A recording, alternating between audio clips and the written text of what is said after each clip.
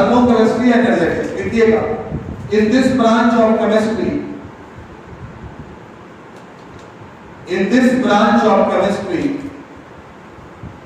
deals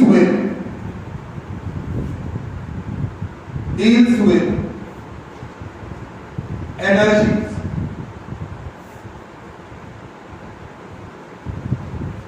ठीक, उस energy को अपन लोग नाम देंगे अलग अलग तरीके की एनर्जी, लेकिन बेसिक नाम होगा एंथैल्पी। क्या बात करेंगे? एंथैल्पी। बेसिक बात अगर मैं तुमसे कहूं तो क्या हम लोगों ने डेल्टा एच पढ़ा रखा है? डेल्टा एच को चेंज इन एंथैल्पी बोलते हैं, डेल्टा ई को चेंज इन इंटरनल एनर्जी बोलते हैं। मैंने आपको बताया भी था कि ना इंटरनल एनर्जी निकाली जा सकती है किसी सिस्टम की और ना ही एंथैल्पी, केवल चेंज को निकाला जा सकता है। क्या निकाल सकते हैं? चेंज। अब मेन कहानी समझिएगा। अगर मैं आपसे ये कहता हूं जो हम लोगों ने पढ़ा है, अगर delta Ng positive, most of the reaction की बात कर रहे हैं, केमिकल एक्टिविज्म में भी काम किए थे, डेल्टा Ng अगर पॉजिटिव है तो जनरली देखा जाता है डेल्टा H जो है रिएक्शन वो भी कैसा आता है? पॉजिटिव। यानी रिएक्शन किस टाइप की कहलाएगी? एंडो। और डेल्टा Hg अगर निगेटिव है तो delta H of the reaction की जनरली क्या निकलता है? मोस्ट ऑफ द केसेस में निगेटिव। और क्या हम इसे बोलते हैं इस तरीके की रिएक्शन को? एक्सोथर्मिक। क्लियर है बात? अब रुके रहिए। क्या ये बताओ, हम लोगों ने बात किया था डेल्टा Hg की वैल्यू पता है क्या होता है? गैसियस प्रोडक्ट का कोफिशिएंट का सम माइनस गैसियस रिएक्टेंट के कोफिशिएंट का सम, उससे लेते हैं क्या? ठीक बात। अब मुझे ये बताओ जितनी भी डिसोसिएशन रिएक्शन और कैसे समझ, जितनी भी फॉर्मेशन वाली रिएक्शन, ऐसी रिएक्शन फॉर्मेशन जनरल रिएक्शन की बात कर रहे हैं, फॉर्मेशन रिएक्शन जितनी भी हो वो जनरल किस नेचर की हो? एक्सोथर्मिक। क्यों? उसमें हीट हमेशा इवॉल्व।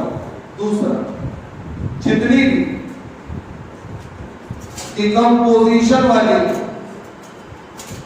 डिकम्पोजिशन और डिसोसिएशन में अंतर है। डिकम्पोजिशन वाली हो यानी टूट के मॉलिक्यूल ही बनेगा, वो सारी की सारी कैसी होंगी? हमेशा एंडो।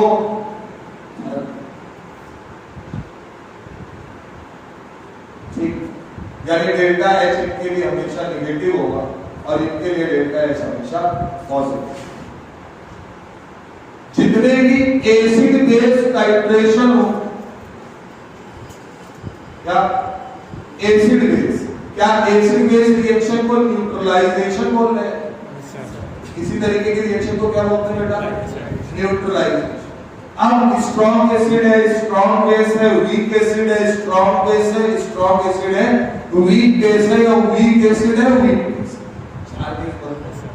सीधा फंडा है, एनर्जी तो निकलेगी ही निकलेगी, कम निकले ज्यादा निकले इससे कोई मतलब अपने को भी नहीं है। उसके अलग सेक्शन है पूरा न्यूट्रलाइजेशन का, वो पढ़ेंगे। यानी ये प्रोसेस हमेशा कैसा होगा? एक्सो।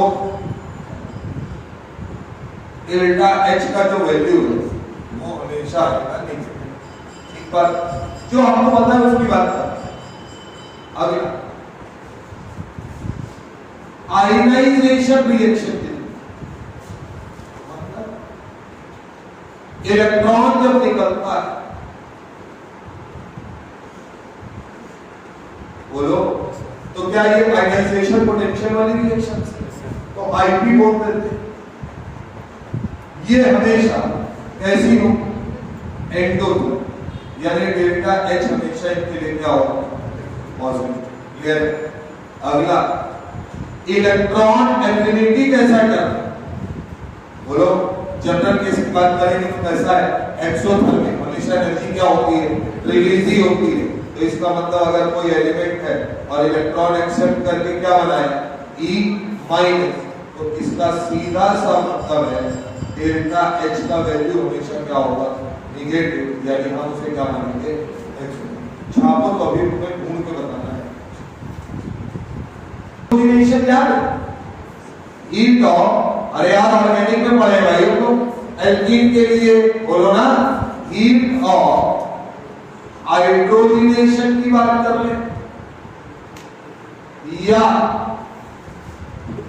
कंबशन की बात करें, बोलो दोनों में ही अगर बात किया जाए तो ये दोनों कैसे प्रोसेस होते हैं?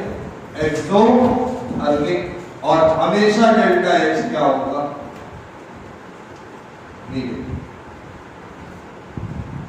हमेशा डेल्टा एच क्या होगा? हीट ऑफ हाइड्रोजनेशन, यानी किसी का हाइड्रोजनेशन हो रहा हो, एल्केन वो एल्कीन का एल्काइड का। अच्छा एक बात और बताओ, हाइड्रोजनेशन हो रहा है या कंबशन हो रहा है तो इसका सीधा सा मतलब है वो क्या होगा? एक्सोथर्मिक। एक बात मुझे बताओगे कि एक्सोथर्मिक वाली जो रिएक्शंस हैं उनका प्रोडक्ट ज्यादा स्टेबल होगा कि एक्सो वाला? एक्सो वाले का। बोलो अब क्यों? बेसिक बात है क्या? एक्सोथर्मिक में डेल्टा एच नेगेटिव तब आएगा, मैंने आपको डेल्टा एच क्या बताया? Product minus reactant. Chemical kinetics पढ़ा चुके हैं भाई साहब, प्रोडक्ट माइनस रिएक्टेंट। तो P माइनस R की बात कर रहे हैं और निगेटिव आना है, यानी प्रोडक्ट की एनर्जी कम और रिएक्टेंट की ज्यादा, और जिसकी एनर्जी कम उसकी स्टेबिलिटी ज्यादा। तो क्या अगला टर्म हम बोल सकते हैं कि product of exothermic reaction, product of exothermic reactions are relatively more stable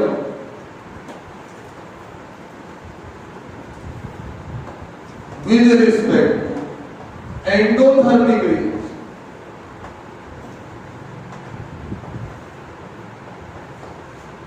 With respect to endothermic reaction हमेशा रिलेटिवली क्या होंगे? ज्यादा स्टेबल। ये याद रख। मतलब सुनो सुनो सुनो, सवाल की बात करते हैं। एक सवाल लिखिए, की बात सवाल लिखिए। स्टैंडर्ड एंथैल्पी ऑफ फॉर्मेशन, यानी डेल्टा एच मानेगा। क्या मानेंगे? Delta H. सवाल नोट करिए, standard enthalpy of formation of O3 gas, CO2 gas, ammonia gas, HI gas are given below. are given below। क्या दिया है देखना, डेल्टा HF O3 का, डेल्टा HF CO2 का, डेल्टा HF अमोनिया का, delta HF HI। जाहिर सी बात है डेल्टा H को बोल रहे हैं एंथैल्पी ऑफ फॉर्मेशन। अभी सवाल बाकी बात पे बात करें। पहले सवाल, value given plus 142 kilo joule पर मोल माइनस 393 किलो जूल पर मोल माइनस 46 किलो जूल पर मोल प्लस 26 किलो जूल पर मोल। ये डेटा गिवन, सबका फॉर्मेशन दिया हुआ, ठीक है। ये गिवन डेटा आपके सामने है दोस्तों। सवाल पकड़िएगा, लिखिए, find out the increasing order of stability. Find out the increasing order of their stability. Find out the increasing order of their stability. जवाब बताइए। ये बताइए क्या लाइन आपने ऊपर लिख रखी? एक्सोथर्मिक वाले प्रोडक्ट ज्यादा स्टेबल। बोलो ना यार।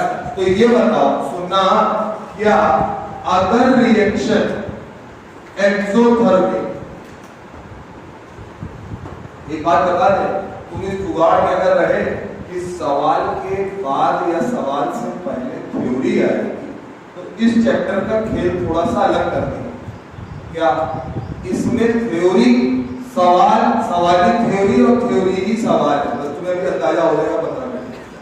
क्या जितनी भी एक्सोथर्मिक रिएक्शन है उसमें डेल्टा एच ऑफ रिएक्शन, क्या डेल्टा एच ऑफ रिएक्शन, ये बताओ एक्सोथर्मिक के लिए डेल्टा एच, पहली चीज ये बताओ डेल्टा एच क्यों है, वो डिपेंड करेगा स्टेबिलिटी के रिस्पेक्ट। तो ये बताइए क्या एक्सोथर्मिक में प्रोडक्ट ज्यादा स्टेबल होता है, तो डायरेक्टली प्रोपोर्शनल टू एस का मतलब है स्टेबिलिटी, इसकी प्रोडक्ट, बोलो बेटा, directly proportional to stability of product. लेकिन किसके लिए? एक्सोथर्मिक। क्यों? जितनी ज्यादा हीट निकलेगी उतना ज्यादा प्रोडक्ट स्टेबल हो। क्या? Inversely proportional to stability of, कल को अगर आ जाए क्या रिएक्टेंट होगा बेटा? बोलो मेरे लाल, होगा। तो क्या ये बताओ जितनी ज्यादा डेल्टा एच निकलेगा उतना कम रिएक्टेंट स्टेबल होगा, क्योंकि प्रोडक्ट उतना ज्यादा स्टेबल। इसी का उल्टा एंडो में हो जाएगा, इसी का उल्टा। ये सवाल तो 2 पॉइंट का है, कोई और बात ही नहीं है इसमें सारा थे एंडोथर्मिक के लिए। ये बताओ क्या एंडोथर्मिक में प्रोडक्ट कम स्टेबल होगा? बोलो ना, प्रोडक्ट एक्सोथर्मिक में ज्यादा स्टेबल है, तो एंडोथर्मिक में प्रोडक्ट क्या होगा? कम स्टेबल। यानी डेल्टा एच एंडो वाला, कौन सा वाला? एंडो वाला, डायरेक्टली प्रोपोर्शनल टू एस से समझ जाओगे स्टेबिलिटी, एंट्रोपी नहीं है, क्या है? Stability of reactant. बोलो बेटा, inversely proportional to stability of product. यानी ये सवाल किसी भी फॉर्मेट में दिया जा सकता है, एंडो के टर्म में, रिएक्टेंट के टर्म में, प्रोडक्ट के टर्म में। अभी सवाल में रिएक्टेंट और प्रोडक्ट के चक्कर में पड़ने की जरूरत नहीं। उसने कहा है इनको इनकी स्टेबिलिटी के क्रम में लगाओ, तो ये सब बने होंगे। फॉर्मेशन का मतलब ये सब क्या है? प्रोडक्ट है, फॉर्म हुए ना, ये सब क्या है? प्रोडक्ट। तो प्रोडक्ट की स्टेबिलिटी की बात कर रहा है, और प्रोडक्ट की स्टेबिलिटी की अगर बात कर रहा है तो हम किसको पकड़ लेंगे? एक्सोथर्मिक। इसको एक्सोथर्मिक। तो यानी डेल्टा एच जितना ज्यादा होगा प्रोडक्ट उतना ज्यादा स्टेबल। अब सुनना, लेकिन एक्सो वाला डेल्टा एच लेंगे, यानी कि ज्यादा का मतलब माइनस में जाता, इसमें माइनस में। केमिस्ट्री है बेटा, गणित नहीं लगेगी। मैंने आपको बताया एनर्जी निकले, माइनस जितना ज्यादा होगा यानी उतनी ज्यादा निकली, प्लस का मतलब उतनी ज्यादा एब्सॉर्ब। ठीक, आइए इन सब माइनस वाले कौन कौन? एक तो यही तो है, तो पहले इनको पकड़ ले। तो क्या ये दोनों के दोनों एक्सो हैं? बोलो। और ये वाले जो दोनों, ये लोग, क्या ये दोनों एंडो हैं? तो ज्यादा स्टेबल कौन? एक्सो। एक्सो में भी ज्यादा स्टेबल कौन? जिसकी एनर्जी ज्यादा, यानी कि ज्यादा एनर्जी रिलीज करे, तो सबसे ज्यादा CO, फिर अमोनिया, फिर रुके। अब कौन है? एंडो वाला। एनर्जी ज्यादा हो यानी कि देनी कम पड़े, देनी कम पड़े। अब यार ये बताओ, एंडो में प्रोडक्ट की स्टेबिलिटी जब ज्यादा हो तो क्या एनर्जी कम? यही तो मतलब है।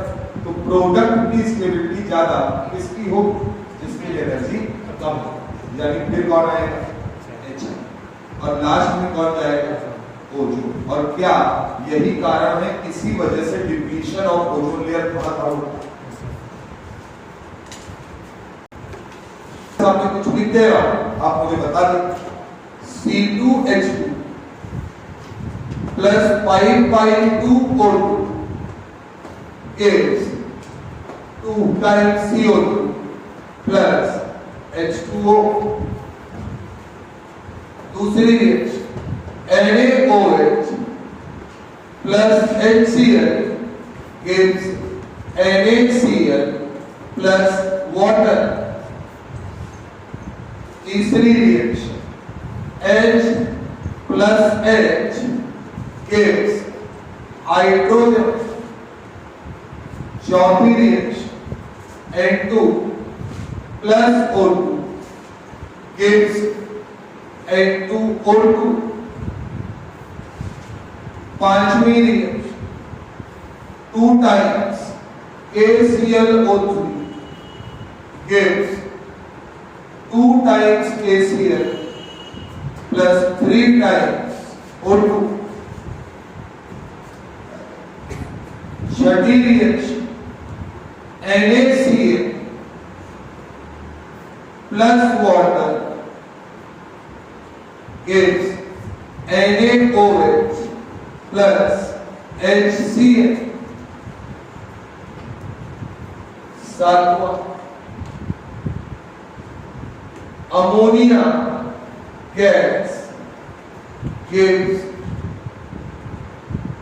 Nitrogen atomic plus 3 hydrogen atomic gas.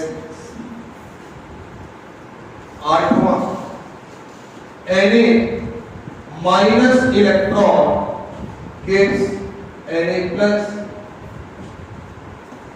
नवा O plus electron gives O minus.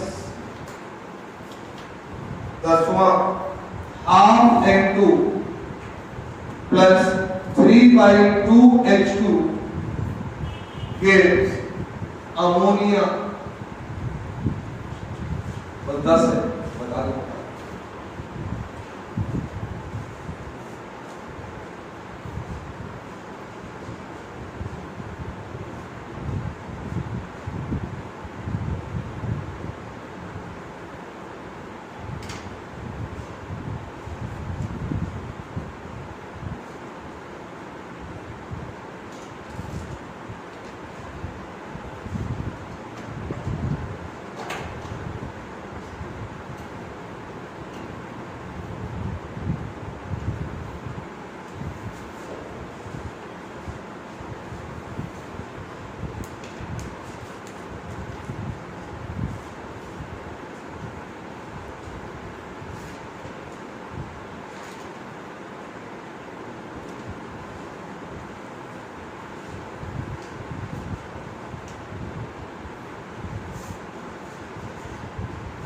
Basic बात याद रखो कि अगर तोड़ने में एनर्जी लगती है और कुछ बन रहा है तो एनर्जी निकलती है. रिलीज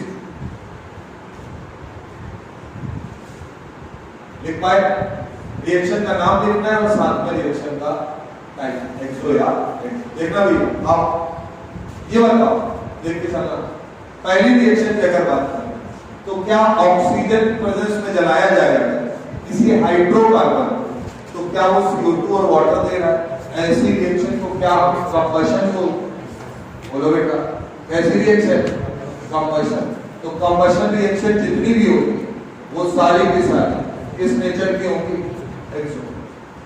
क्लियर है? इधर आ. क्या एसिड और बेस रिएक्ट कर रहे हैं यानी ये न्यूट्रलाइजेशन. बोलिए कैसी रिएक्शन? न्यूट्रलाइजेशन. न्यूट्रलाइजेशन रिएक्शन कैसी होगी? एक्सोथर्मिक. एनर्जी हमेशा रिलीज. यहां क्या हाइड्रोजन एटम के साथ जुड़ रहा है? बोलिए. तो कुल मिलाकर तो क्या ये रिएक्शन फॉर्मेशन ही तो है, यानी बना ही तो रहे हो कुछ. तो अगर कुछ बना रहे हो तो हमेशा क्या हो? एक्सो. इधर आपने N2 plus O2 gives N2O2. बना तो फॉर्मेशन हो, वो तो फॉर्मेशन हो, लेकिन इसके लिए हम लोगों ने अलग से बात कर रखी है. एंडोथर्मिक रिक्वायर्ड आपको कि generally formation are exothermic, but in case of N2O2, in case of N2O2 कैसा प्रोसेस होगा? बात समझ में आ रही? तो याद रखना रीजन क्या था? N के N ट्रिपल बॉन्ड N की बॉन्ड डिसोसिएशन एनर्जी बहुत ज्यादा. Reason N triple bond N को तोड़ने में कुछ ज्यादा एनर्जी खर्च हो जाती है जितनी उधर निकल नहीं पाती. इसका मतलब नेट में रिएक्शन क्या होगा? भाई सीधा सा मतलब है एक्सो के लिए जितना खर्चा किए लगेगा तो खर्चा ही, लेकिन खर्चा किए और निकला ज्यादा तो फायदे में रहे तो एक्सो और नुकसान हुआ तो एंडो. सीधा सा फंडा है भाई। जब कुछ बनेगा तो कुछ एनर्जी तो रिलीज करेगा ही करेगा। लैटिस एनर्जी पढ़ चुके हैं अपन लोग, लेकिन हम बात करते हैं ओवरऑल। यहाँ क्या है, केसीएल O3 टूट रहा है, यानी ये रिएक्शन डिसोसिएशन, बोलो ना यार। तो अगर डिसोसिएट हो रहा है, डिकम्पोज हो रहा है, तो इसके रिस्पेक्ट में अपन लोग बात कर रहे हैं, तो क्या ये रिएक्शन हमेशा एंडो रहेगी? क्योंकि एनर्जी लगेगी ना। इधर आई, ये क्या है, सॉल्ट है, बोलो, और वाटर के साथ करा रहे मतलब सॉल्ट हाइड्रोलिसिस। क्या नाम देंगे? Salt hydrolysis. जितने भी सॉल्ट हाइड्रोलिसिस है वो सारे कैसे होते हैं? एक्सो एनर्जी रिलीज।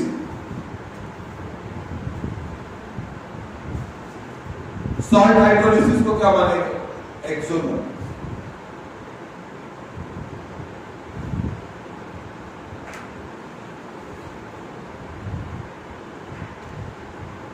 चले 7वां नंबर बेटा, आइए बिल्कुल बेसिक पे रहेंगे तो आपसे गलती नहीं होगी। अमोनिया था, क्या था?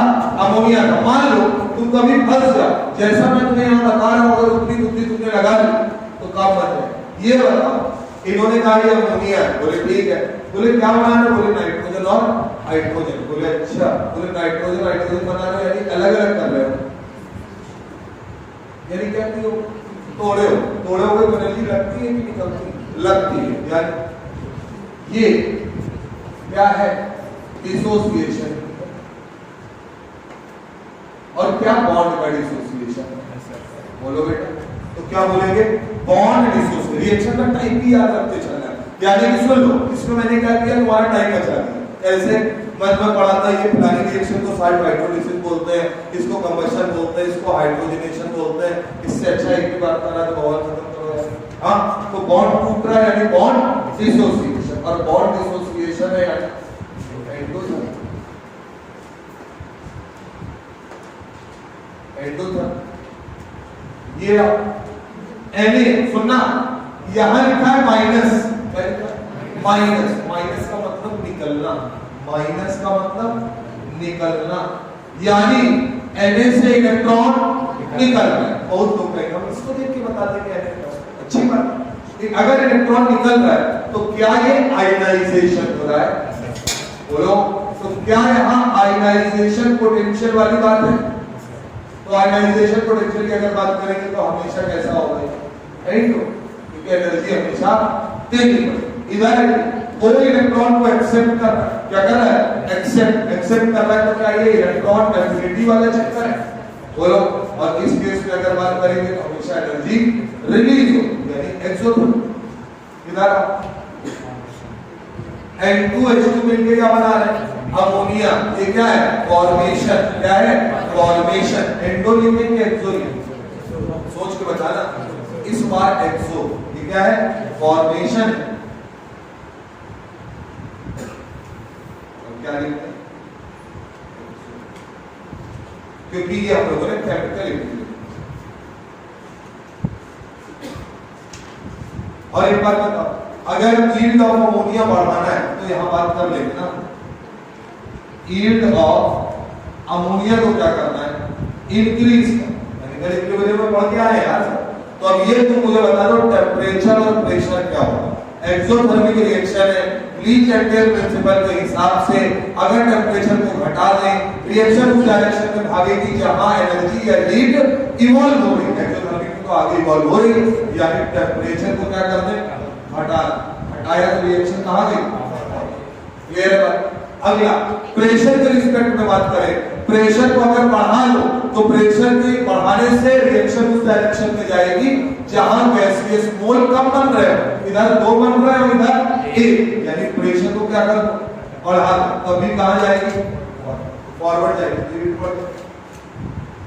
दिस इज कॉल्ड हीबर्स रिएक्शन है, तो हम उसके लिए हीट ऑफ रिएक्शन टर्म का प्रयोग कब कर पाएंगे? Heat of reaction. समझ? एग्जांपल की अगर मैं बात करूं, मान लीजिए मैंने कहा H2 plus O2 H2O2 balance है या नहीं? बोलो, रिएक्शन बैलेंस है या नहीं है? 100% बैलेंस है। तो पहली चीज heat of reaction only defined for balanced reaction या बैलेंस्ड केमिकल रिएक्शन। इतनी बात तो समझ ही रहे हो, केमिस्ट्री है, मैथमेटिक्स की तो ये क्वेश्चन आ नहीं जाए। तो only defined for balanced reaction. अब अगर ये सिचुएशन है, ये सिचुएशन अगर है तो इसमें ये डिफाइंड है, वरना नहीं डिफाइंड नहीं। अगर मैं पूछे इसके लिए डेल्टा HF, क्योंकि ये फॉर्मेशन है तो बोले इसके लिए फॉर्मेशन डिफाइंड। लेकिन अगर उन्होंने लिखा होगा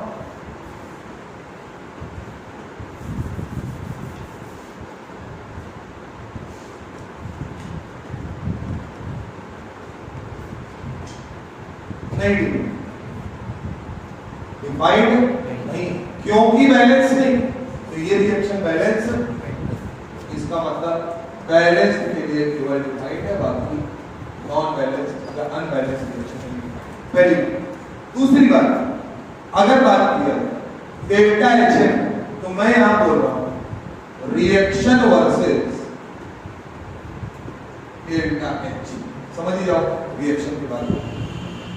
बैलेंस के लिए डिफाइन, सुनते जाना, बड़े गौर से समझना हो, नहीं ये तमाशा खत्म। रिएक्शन में किसी भी चीज से गुणा करना, क्या है? गुणा करना। रिएक्शन में उसी चीज से गुणा, यानी रिएक्शन किसी चीज से गुणा करने में डेल्टा H ऑफ रिएक्शन में भी उसी चीज से गुणा हो जाएगा। मतलब अगर इसके लिए डेल्टा HF दिया है, मान लो 100, कितना दिया? 100, किसी ने 2 से गुणा कर दिया तो 200। अब रिएक्शन के लिए 200 बोलो, तो डेल्टा H की बात कर रहे हैं, ठीक। किसी चीज से भाग देने, क्या देने पर? भाग देने, डेल्टा H ऑफ रिएक्शन में भी उतने से ही भाग। क्लियर है बात? अगला गुणा हो गया, भाग हो गया, कुछ जोड़ोगे तो कभी जोड़ कैसे पाओगे? रिएक्शन तो जोड़ दोगे, पाओगे तो जोड़ने की सिचुएशन नहीं। अगली कहानी है रिएक्शन को रिवर्स कर, क्या करने पर? रिवर्स कर। डेल्टा H का जो भी साइन है वो बेटा क्या हो जाए? चेंज। साइन क्या होगा? चेंज। प्लस है तो माइनस, माइनस है तो प्लस। मैग्नीट्यूड में कोई अंतर आने वाला H is equal to mu Cp dT। Temperature Cp क्या है? Molar heat capacity. बोलो क्या है? Molar heat capacity. म्यू क्या है? और टेम्परेचर कोफिशिएंट, वो अलग अलग चलता है सबके लिए। वहां तुम्हें परमोल के लिए पढ़ाया गया होगा, लेकिन हम लोग म्यू पढ़ रहे हैं इसलिए हम म्यू को भी कंसीडर करें। टीटी क्या है? चेंज इन टेम्परेचर, सीधी सी बात। बेसिकली डीएच भी बोल सकते हैं इसको, इसमें कोई समस्या, बहुत लोग इसे डीएच। ठीक, अब जो हमें पता है उसकी बात करते हैं और हेडिंग डालते हैं किरचॉफ।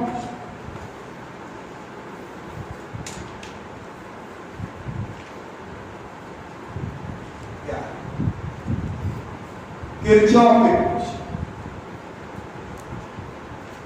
देखिएगा, delta H is equal to heat of product minus heat of react. Clear है बात? तो लिखिएगा अकॉर्डिंग टू किरचॉफ इक्वेशन, ऐसे लिखना, according to Kirchhoff equation we can write delta H is equal to HP minus HR, HP minus HR।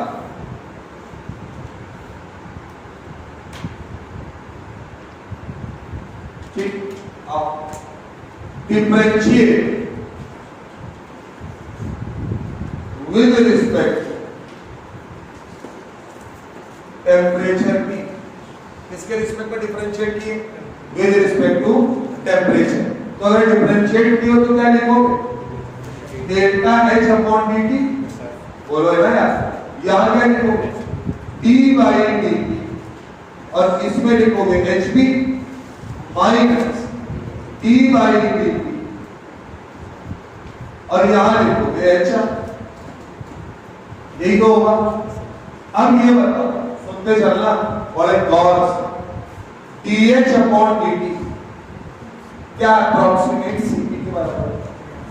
अरे mu का term मान लो 1 है, तो क्या अप्रोक्सीमेट, जब कभी म्यू आए तो फिर कोरिलेट कर देना है, लेकिन मैं जनरल बात कर रहा हूँ, dH अपॉन dt किसके बराबर है? Cp। तो क्या मैं यहाँ इसके लिए बोल सकता हूँ, Cp का मतलब समझ रहे हो, यहाँ है कांस्टेंट प्रेशर, बात समझ रहे हो, यहाँ तो प्रोडक्ट और रिएक्टेंट होगा, तो मैं यहाँ पे क्या लिखूंगा? Cp product minus Cp reactant. बोलो बेटा, Cp का मतलब molar heat capacity at constant pressure, लेकिन यहाँ किसके लिए? प्रोडक्ट और रिएक्टेंट। तो प्रोडक्ट और रिएक्टेंट के लिए अलग-अलग मोलर हीट कैपेसिटी लगेगी। तो ये हमने लिखा और हम इसको ले आए डेल्टा H अपॉन। और अगर तुम्हें दिक्कत हो रही होगी तो हम इसको डेल्टा H को DH भी कर सकते हैं, बट दिखाने के लिए केवल है कि तुम्हें सीधे समझना क्या ये डिफरेंस डेल्टा H अगर होता है प्रोडक्ट माइनस रिएक्टेंट, तो क्या इसकी जगह हम डेल्टा Cp नहीं लिख सकते? Change in molar heat capacity delta H upon T, यही तो होगा। उतारते चलिए, पेपर में सवाल कैसे आएगा इसकी बात करें। यानी डेल्टा Cp क्या होता है? Product minus reactant. और सुन लो यहाँ पर अभी जो डेल्टा Cp टर्म आया है वो इस बात को डिफाइन भी कर देगा कि प्रोडक्ट में जितने होंगे उतनी मोलर हीट कैपेसिटी जुड़ जाएगी। ठीक है, delta H is equal to delta Cp ले लिए बाहर, अंदर ले लिए T और दोनों तरफ कर दिए इंटीग्रेट। क्या कर दिए? अब सुनते जाना पड़ेगा। जब टेम्परेचर T1 तो डेल्टा H1 रहा, ऐसे मान। जब टेम्परेचर T2 हुआ H2 रहा, ये तो मान। अब ये बताओ, जब हम यहाँ से सॉल्व करें तो क्या यहाँ से डेल्टा H बाहर आ जाए? x आया था, अरे dx का x ही आएगा, और डेल्टा H पे जब लिखोगे तो यहाँ 1 और 2 लिखोगे और ये डेल्टा Cp आएगा, अंदर क्या है? T से तो केवल T ही आएगा, बोलो, और T की जगह क्या लिखना है? T1 और T, यही तो लिखोगे। तो अब ये बता दो, यहाँ से जब लिखोगे तो क्या लिखोगे? Delta H2 minus delta H1 is equal to delta Cp T2 minus, यही तो होगा। ये आ गया हमारा फाइनल।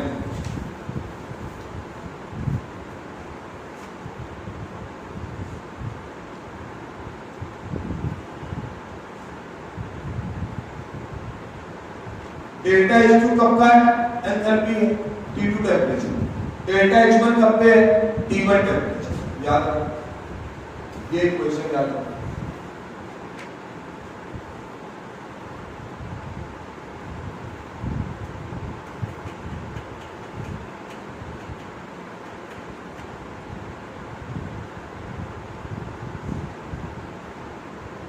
और अगर आपने फिजिक्स में थर्मो पढ़ा है तो मैं गारंटी के साथ कह सकता हूं आप डेल्टा H और डेल्टा T का बीच में इतनी बात समझते होंगे, delta H at constant pressure होता है और delta T at constant volume, दोनों को ही एंथैल्पी या चेंज इन इंटरनल एनर्जी बात है।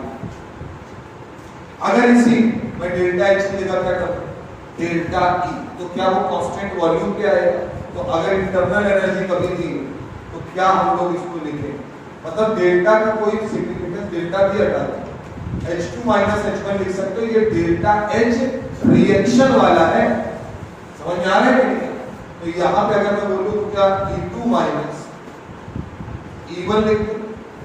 बोलो भाई, बल्कि तुम डेल्टा हटाओ, ध्यान रहे तो डेल्टा हटा लो, डेल्टा हटा लो। अब तो समझ जाओगे E2 माइनस A1 या H2 माइनस H1, डेल्टा चेक करें। अबे H तो है ही एंथैल्पी का, बात समझ में आ रही? तो यहाँ पे मेनली क्या होता है, डेल्टा लगा इसका होता है चेंज इन एंथैल्पी की बात करते हैं, तो वो हमेशा किसी मतलब सिग्निफिकेंट टेंपरेचर पे ही बात करते हैं। E2 minus E1 is equal Cp की जगह लिखेंगे Cp, क्या लिखेंगे? Cp, molar heat capacity at constant volume, E2 minus E। अब ये बताओ, ये दो इक्वेशन में कौन सी वाली कब यूज होगी डिपेंड करेगा क्या क्या। अगर एंथैल्पी दी है तो H2 माइनस H1, इंटरनल एनर्जी दी है तो E2 माइनस।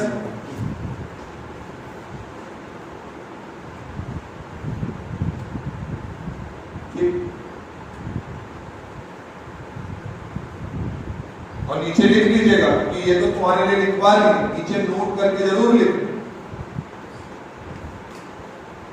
जो टर्म बोल किताबों में दोनों तरफ से दिया होगा, बात समझ में आई?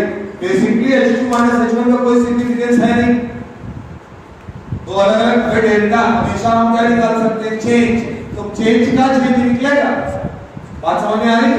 यानी H कोई निकाल के देने वाला नहीं। नीचे लिख लीजिएगा बेसिकली, ऐसे लिखो बेसिकली H2 माइनस H1 is equal to delta H2 minus delta H1, गलती नहीं होगी।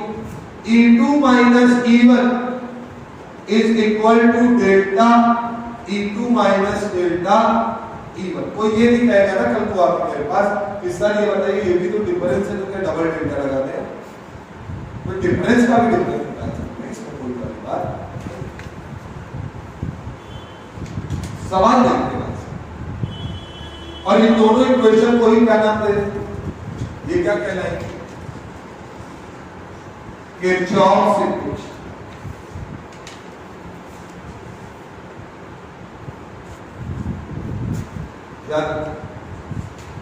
यही है किरचॉफ जो सॉल्व करके निकालना। पहले डेल्टा H बराबर H2 माइनस H0 नहीं है, वो तो सबको पता है, वो थोड़ी किरचॉफ। सवाल देखना बस, सवाल कैसे frame? For the reaction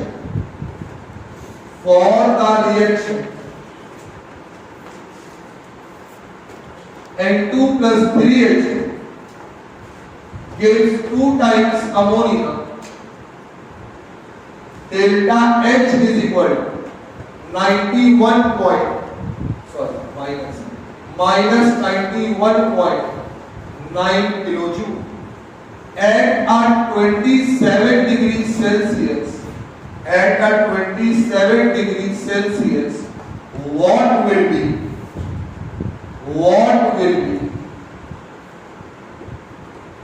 heat change? What will be heat change at a 47 degrees Celsius? At a 47 degrees Celsius, if the molar heat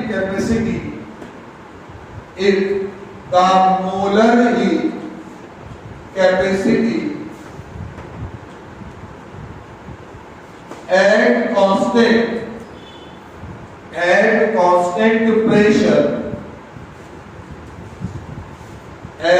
constant pressure R, और आगे लिखा है N2 के लिए 28.5 किलो जूल मोल इनवर्स पर kelvin inverse. H2 के लिए यही वैल्यू 28.3 है, joule mole inverse kelvin inverse, और अमोनिया के लिए 37 यूनिट वाइज। क्या फार्मूला लगाओ, ऐसे सॉल्व करोगे।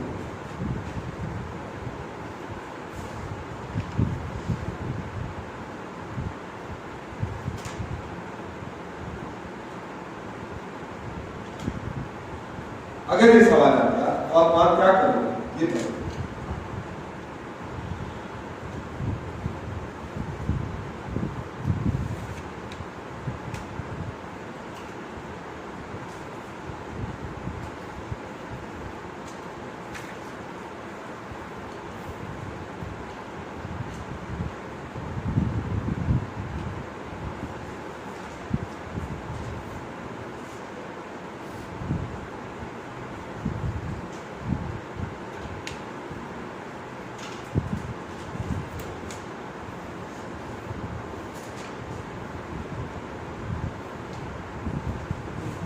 फॉर्मूला कौन सा है? देखो सवाल में पकड़ो कहां से मिलेगी।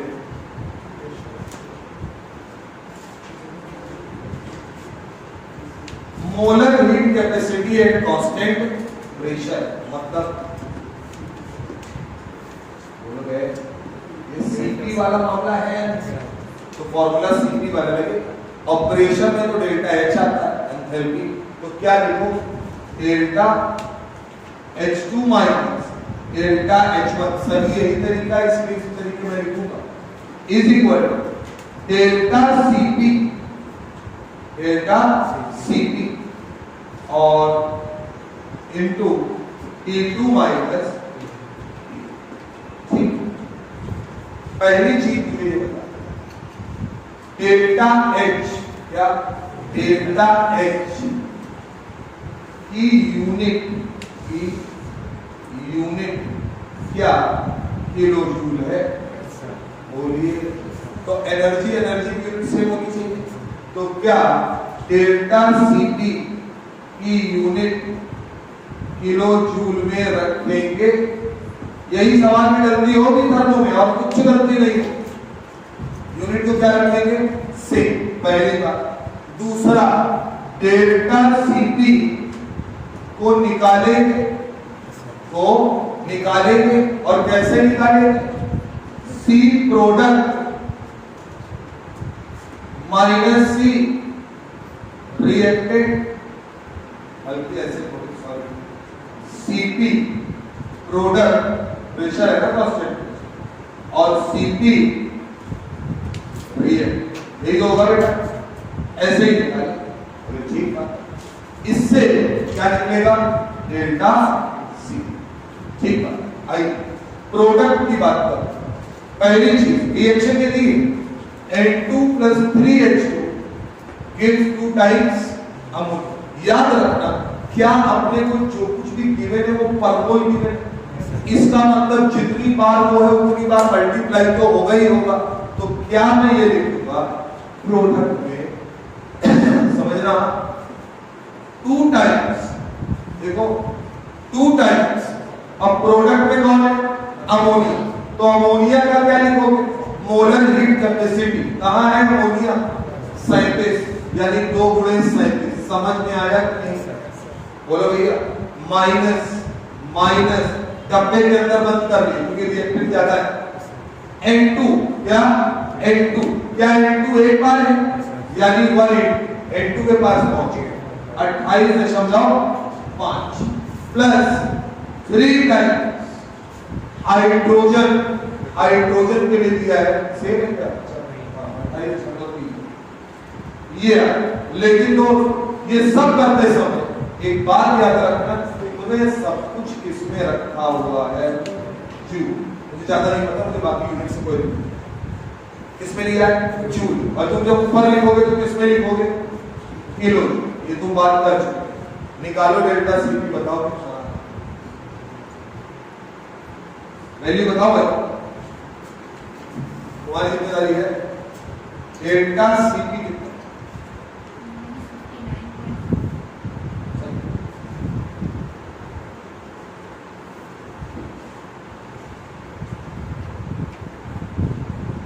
-39.4 बोलो। और किसमें आया है, जूल। किसमें आया बेटा, जूल, बाकी यूनिट नहीं, जूल में आया, रखेंगे किसमें, किलो जूल। चलो आ जाओ, अब ये बताओ, सुनते जाना, पूछा है what will be heat change. अब सुनिएगा, क्या ये T1 होगा और ये डेल्टा H1 होगा। याद करो पीछे लिख रहे थे delta H2 minus delta H1 में डेल्टा H1 T1 टेम्परेचर पे है और डेल्टा H2 T2 टेम्परेचर पे है। तो ये T1 है तो इसी का होगा डेल्टा H1 और पूछा किसका गया 47 यानी ये क्या है T2 और सवाल में जो पूछा है यानी डेल्टा H2 हमसे पूछा गया, यही तो मतलब है। तो आइए डेल्टा H2 निकालना है, डेल्टा H1 दिया है माइनस में लिख ले 91.9 माइनस से पहले से बाहर था इज इक्वल Cp रखना है, साइन क्या है माइनस 39.4 into 10 की पावर माइनस, तब तो किलो जूल बना। अरे यार जूल को किलो जूल बदलने के लिए और माइनस से मल्टीप्लाई करेंगे ना, ठीक। अंदर टेम्परेचर क्या डेल्टा T है बोलो, और केल्विन एल्विन में नहीं बदलना, डिफरेंस वही रहता है 47 और वो 27, यानी डिफरेंस में लिखा जाएगा 47 माइनस 27, तो डायरेक्ट आ जाएगा 20 यहां से।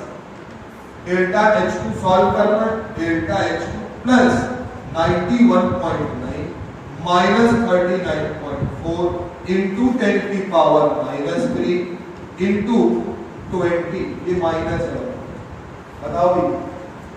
और जो भी डेल्टा H निकालोगे H2 वो किलो जूल में है, सॉल्व करके बताइए।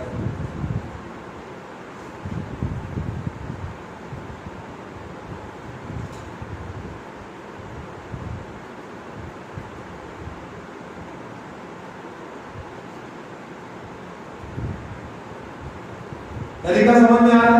मोलर हीट कैपेसिटी की चीजें निकालनी पड़ेगी, वैल्यूज निकालनी। डेल्टा H2 बेटा आएगा मेरे हिसाब से जो आंसर है, आपने कितना सॉल्व कर लिया माइनस 92.688 किलो।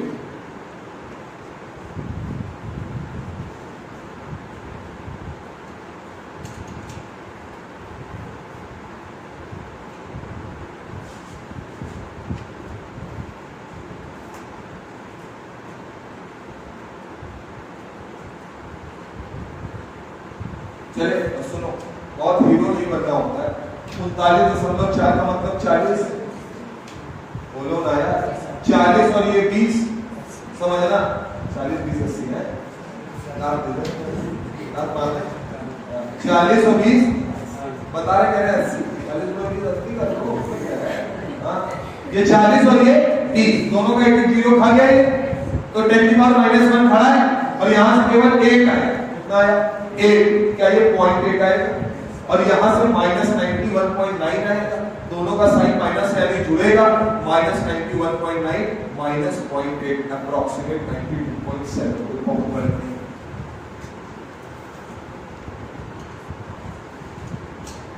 सब लोग गुणा ही करते हैं, अरे बिल्कुल एक्यूरेट निकालो, गुणा वो छोड़ दो, है ना। वैसे भी 6 के बाद 8 आ रहा है, 0.7 करीब बहुत एक्यूरेट नहीं निकालते।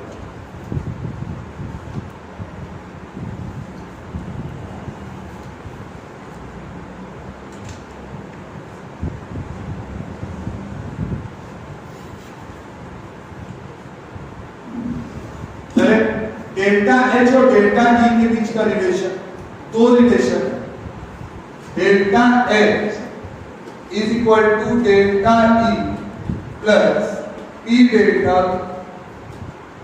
Delta H is equal to delta E plus delta Hg R into, तो ये कब कब वैलिड है?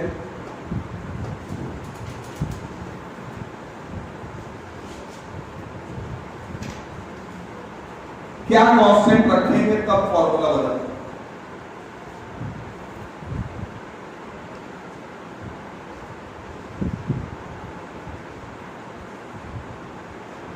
Temperature pressure at constant pressure अगर लिखा है सर, क्या लिखा है एट कांस्टेंट प्रेशर, तो डेल्टा H और डेल्टा E का ये वाला रिलेशन यूज करना, फिर डेल्टा V वाला, और अगर लिखा है एट कांस्टेंट टेम्परेचर, क्या लिखा बेटा, एट कांस्टेंट टेम्परेचर। तो आप ये वाला रिलेशन यूज करें, याद रखो।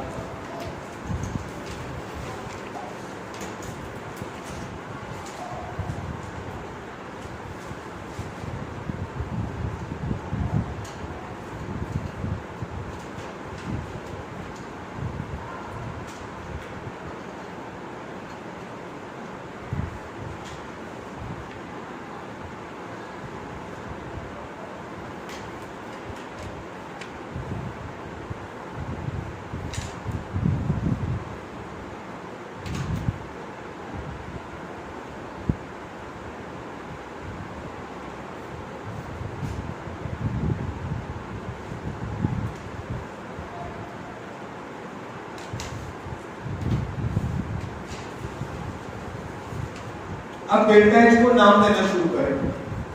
अभी तक तो क्या था, डेल्टा एच रिएक्शन की एंथैल्पी है, चेंज इन एंथैल्पी है। रिएक्शन की तो 50 तरीके की है, कभी फॉर्म कर रहा है, कभी कंबशन हो रहा है, कभी डिसोसिएशन हो जाएगा, तो आपको उसके लिए अलग अलग टर्म यहाँ पर यूज करें। चले तो हेडिंग कर लेते, heat of formation, heat of formation.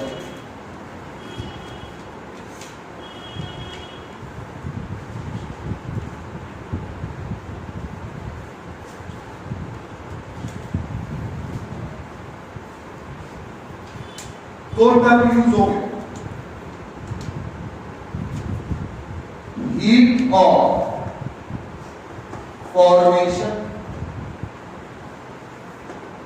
या कोई कोई कह देगा एंथैल्पी ऑफ फॉर्मेशन।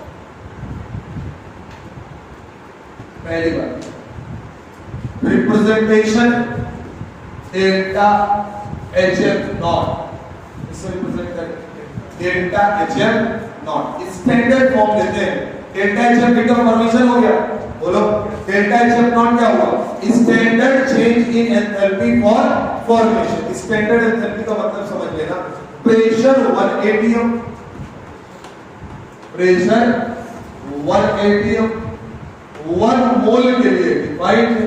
इसके लिए डिफाइंड है 1 मोल के लिए। हमेशा याद रखना, ना लिखा हो तो समझ जाना पर मोल है, निकालने को बोले तो निकालना पर मोल, क्या ना लिखा हो तो पर मोल है, और उसने कहा इसके लिए निकालो तो पर मोल निकालो, बोलो। और अगर रिएक्शन में पर मोल नहीं दिया, पर मोल नहीं दिया तो जितने पार्ट से उसमें पर मोल आ जाए उतने से डिवाइड करें, उतने से डिवाइड। अभी बताएं। और तीसरा है टेम्परेचर, 25 डिग्री ले लो या एनी, सब कुछ आएगा।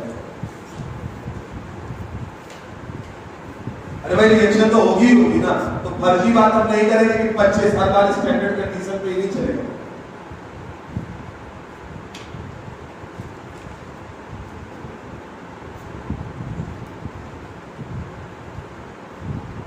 बेसिकली ये क्या है पता है, कहा जाता है कि 1 मोल कंपाउंड, इसको 1 मोल कंपाउंड को 1 मोल सब्सटेंस को बोलते हैं, सब्सटेंस का एलिमेंट सब आ जाएगा।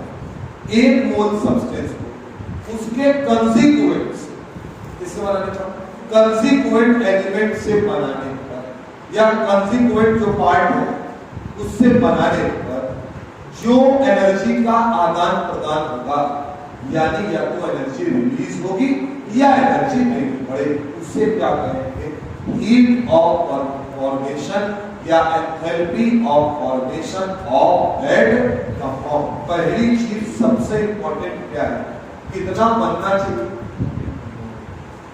एक, कितना बनना चाहिए, एक। शुद्ध भाषा में बात करें, 1 मोल सब्सटेंस बनाना, किससे बनाना है, उसके अंदर जो कंस्टिट्यूएंट्स पार्ट,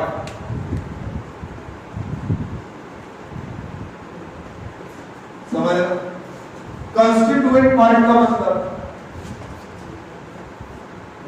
नेचर में जैसे पाए जाते, जैसे जिस अवस्था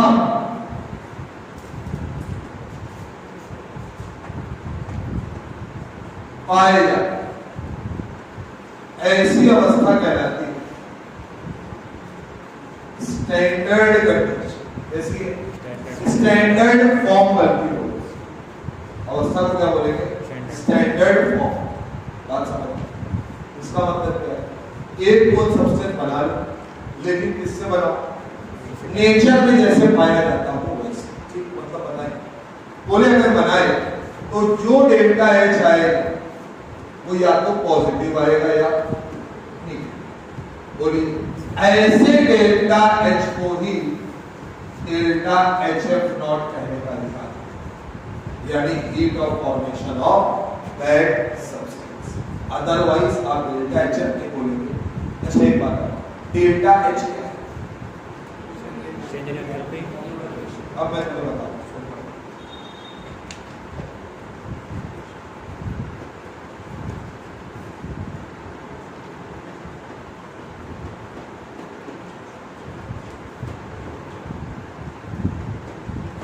और शुद्ध भाषा में बात करेंगे, जो सब कंफ्यूजन है वो यहां खत्म हो जाना चाहिए। क्या लिखा है? डेल्टा एच अगर निकालना है, डेल्टा एच ऑफ रिएक्शन अगर निकालना है, किसी भी रिएक्शन में निकाल सकते। क्लियर? डेल्टा एच एफ को क्या बोल रहे हैं? Heat of formation. ऐसे डेल्टा एच कंबशन भी बोले। क्या पढ़ेंगे? Delta H combustion. ये पर मोल डिफाइन, मतलब इसमें कंडीशन लगी, इसमें कंडीशन लगी है, यानी delta H of reaction, delta H of reaction में और may not be equal to delta H of reaction. बोलिए क्यों भाई साहब? जब हम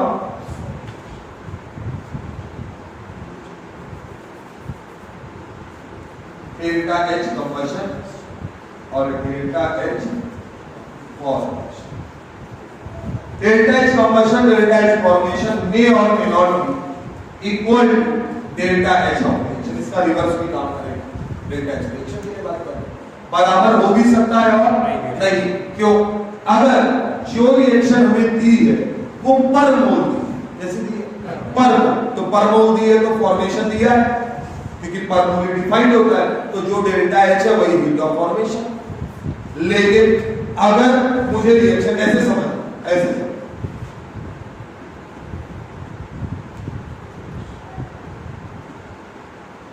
ये एक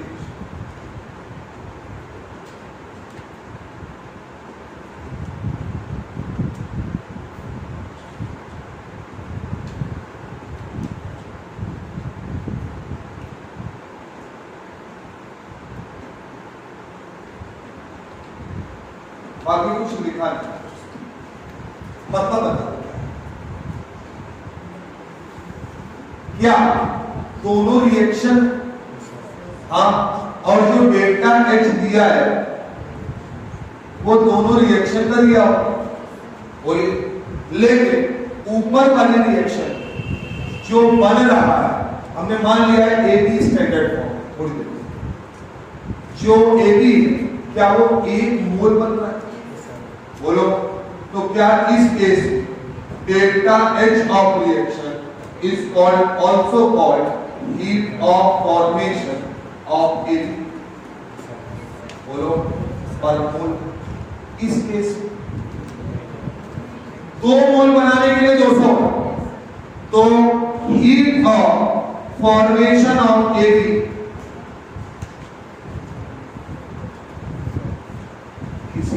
बनाने में लगने वाली एनर्जी तो कांस्टेंट रहेगा। बोलो कौन सा क्या आएगा? सब। तो क्या मैं बोल सकता हूं first case heat of reaction is equal to heat of formation of AB, but in second case heat of formation of AB is not equal to heat of we are changing enthalpy of reaction because of this reaction is not defined for per mole, यानी पर मोल में लाना पड़ेगा। बात समझ में आई या नहीं? क्लियर है बात? ठीक है। अब इतनी कहानी बात करते हैं। तो कुल मिलाकर ये सब डिफाइंड है किसके लिए? पर मोल सब्सटेंस के लिए, उसकी स्टैंडर्ड फॉर्म से बनाने। लिखिएगा, एक मोल, ऐसे लिखो, एक मोल कंपाउंड को उसके कंस्टिट्यूएंट एलिमेंट्स, उसके कंस्टिट्यूएंट एलिमेंट्स जो कि स्टैंडर्ड स्टेट में हो,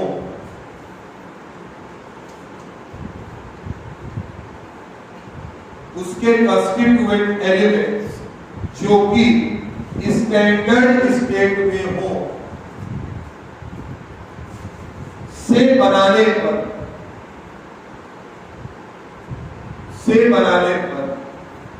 जो एनर्जी रिलीज होगी या एब्सॉर्ब, जो एनर्जी रिलीज होगी या एब्सॉर्ब वो उस कंपाउंड या सब्सटेंस का हीट ऑफ फॉर्मेशन कहलाएगा। वो उस कंपाउंड या सब्सटेंस का हीट ऑफ फॉर्मेशन कहलाएगा। अब रुकना बेटा, ये बताओ, सुनो, अगर कोई तुमसे कहे, रुको, अगर तुमसे कोई कहे कि इनमें से एक सवाल आता है और आज चुका है, मान लीजिए 4 रिएक्शन देकर बोला गया इनमें से कौन सी रिएक्शन फलाने कंपाउंड का हीट ऑफ फॉर्मेशन, क्या है हीट ऑफ फॉर्मेशन। तो ये बताओ, आप पहली चीज तो प्रोडक्ट में कोफिशिएंट 1 होना चाहिए, पर मोल के लिए रिएक्शन लिखिए, और दूसरा जो रिएक्टेंट लिए गए हो वो अपनी किस फॉर्म में हो?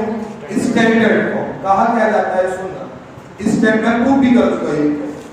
स्टैंडर्ड फॉर्म का मतलब ये ऐसी चीजें जो प्रकृति में जैसे हैं वैसे ही पाई जाती हैं। यानी अगर हम जाएं तो हमको फ्लोरीन गैस में मिलेगा, क्लोरीन गैस में मिलेगा, ब्रोमीन लिक्विड में मिलेगा, आयोडीन सॉलिड में मिलेगा, मतलब वो जैसा पाया जा रहा है। नॉर्मल टेम्परेचर बात कर रहे हैं। कार्बन की स्टेबल फॉर्म ग्रेफाइट मिलेगी, बोलो भैया, नाइट्रोजन H2 में मिलेगा, ऑक्सीजन O2 में मिलेगा, हाइड्रोजन H2 में मिलेगा, यही तो मिलेगा। ये सब स्टैंडर्ड फॉर्म ही तो है, बोलिए। तो ये इसमें पाया जा रहा है।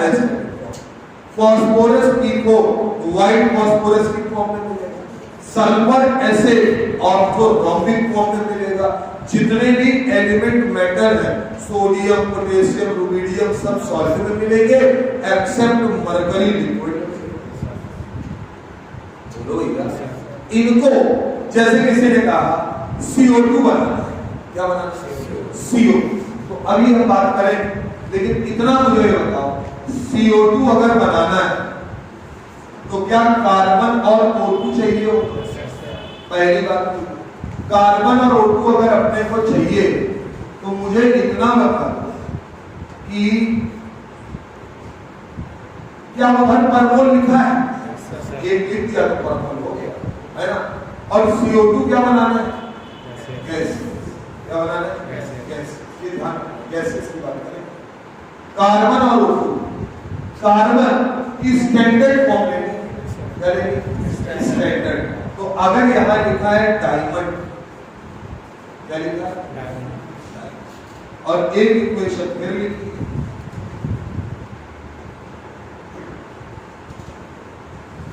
यहां लिखा है ग्रेफाइट, देख रहे हैं। एक और लिखी,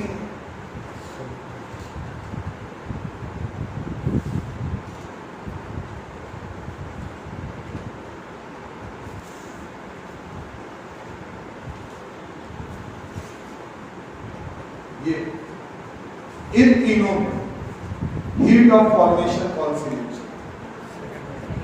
पहली चीज तीनों CO2 एक बोल रहा हूं, या चलो हमारा दिल रखने के लिए चौथी रिएक्शन भी लिख देते हैं, carbon graphite plus 2 times O2 gives 2 times CO2 कैसे? अब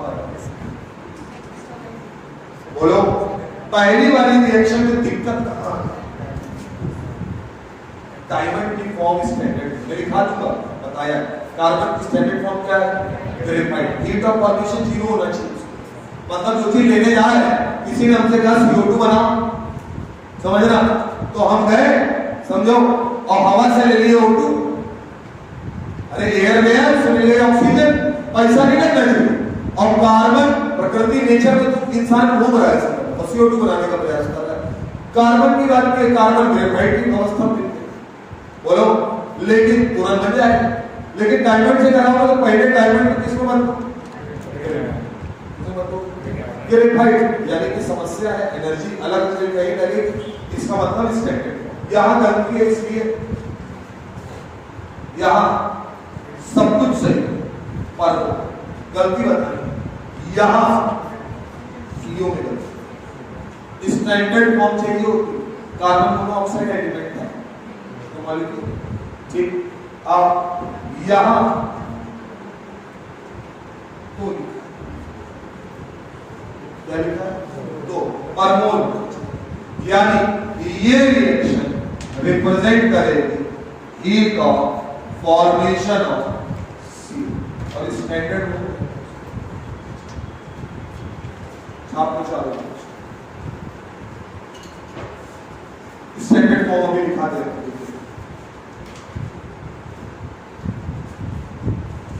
स्टैंडर्ड फॉर्म का मतलब जिनके लिए हीट ऑफ फॉर्मेशन 0 हो, जिन्हें बनाने में किसी प्रकार की एनर्जी, ये लिख चुके हो? तो अभी ये सब नहीं लिखा है, छापो छापो।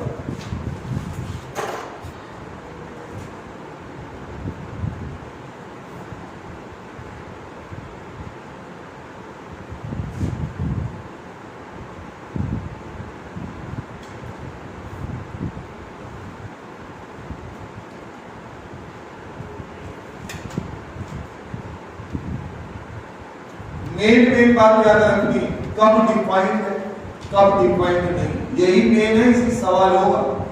पहली चीज पर मोल के लिए डिफाइंड है। दूसरी बात, किसी भी रिएक्शन का डेल्टा H ऑफ रिएक्शन तो हमेशा लिखेंगे, लेकिन हीट ऑफ फॉर्मेशन डेटा कब बोलेंगे? जब पर मोल बना हो और अपने कंस्टिट्यूएंट स्टैंडर्ड फॉर्म से बना। बोलो भाई, केवल पर मोल बना होगा तो बेकार है। अरे पर मोल तो ये भी बना है, ये कहां इनका फॉर्मेशन है बताओ? क्योंकि ग्रेफाइट की जगह डायमंड से बन गया।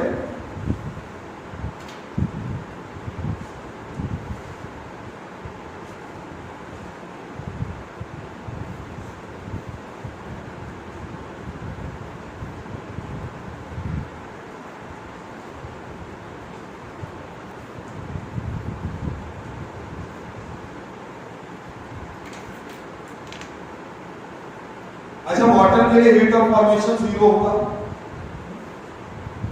क्यों? नेचर वाटर जो वो तो नॉर्मली बिना किसी एनर्जी के बना हो नहीं। वाटर किससे बना? हाइड्रोजन और ऑक्सीजन। हाइड्रोजन ऑक्सीजन में कोई एनर्जी नहीं, ये अरे भाई हाइड्रोजन बनाने की हाइड्रोजन गैस होती है, बात खत्म, हमें मिल जाए।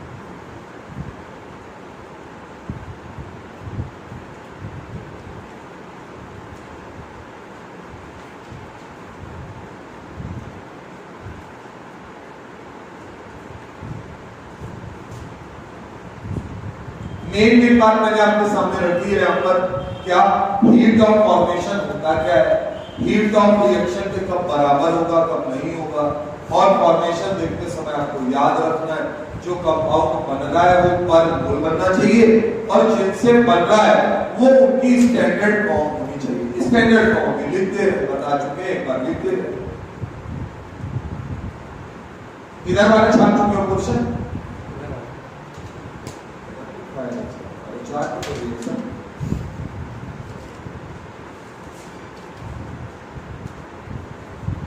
अच्छा समझ नहीं पा रहे हो कि कब क्या लिखना है?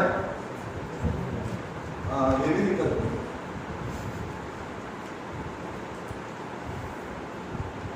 बहुत आदमी को झोंके में इधर से ही उतार लेके आओ, लेकिन कोई फर्क नहीं पड़ता है। ये बाइलेटरल लिखा हुआ है, अगर आप इधर से नहीं उतारेंगे तो भी गलत है और नहीं है वो। बट समझे वो बात तो बात चले यार, हटा ही देता इधर वाला तो हटा दे।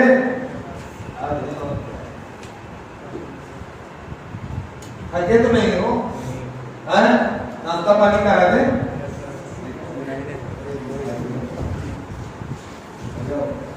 कोई एक आदमी परिणाम दे दे तुम्हें, मतलब मैं पढ़ाता रहूं और जाके दे जाऊं, यही हो सकता। और क्या, हम इंतजार थोड़ी करेंगे कि सामान आ रहा है। दुर्गे तो दे दे यार, दुर्गे दे दो यार, तुम इतना नहीं कर सकते। देख ऐसे तो होके भाई टाइम कोई चला जाए, कोई आओ, अरे जिसका मन ना कर रहा हो तुम चले जाओ। तुझे कहा पैसा हम देंगे भाई, मेरे पास आती क्या तुम जरा बताए कि पैसा कौन देगा? और पता है कुछ लोगों की आदत है, ऐसा नहीं, कभी तुमने देखा होगा घर में बड़े लोग वो लोग क्या करते हैं, जो ज्यादा चालाक होते हैं बड़े लोग, वो क्या करते हैं, जाओ सामान ले आओ। और दादाजी की ज्यादा दिक्कत है, वो पैसा नहीं दिए, उनको पैसा नहीं दिए। अच्छा जो बच्चा सीधा है उसने कहा दादाजी मेरे पैसा नहीं दिए, इसका मतलब दादाजी मंगाना नहीं चाह रहे। थोड़ी देर बाद अगर घूमते टहलते मिलते बोले इधर आओ और दो तमाचा इसी बात पे बोले यार तुमसे सामान मंगाया था, गजब बेवकूफ आदमी है, सामान नहीं वो जितनी देर बोले दादाजी आपने बोले जबान नहीं लड़ाता है, तो जबान लड़ाता है। और पापा आ गया तो उनको बता दे कि बताओ एक से सामान मंगाया और ऊपर से हमसे जबान लगा रहा, पापा ने मेरे बाप से लड़ा रहा तो और ये वाले लास्ट में जब कभी पता। अच्छा एक बात समझ लेना, अगर और यह नियम ये है कि अगर एक बार कहानी क्या है देखो, सबको बचपन से सिखा दिया गया जिसने हाथ चलाया वो जीत गया।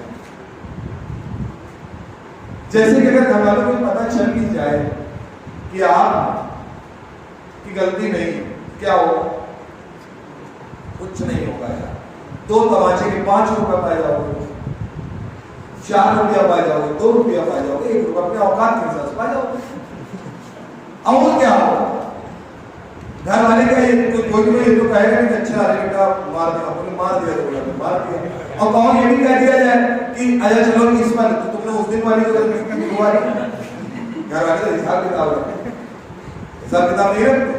तो जैसा मम्मी लोग हैं वो कभी मारती नहीं है, लेकिन तुम देखना मम्मी लोगों का हिसाब किताब बिल्कुल फिट होता है।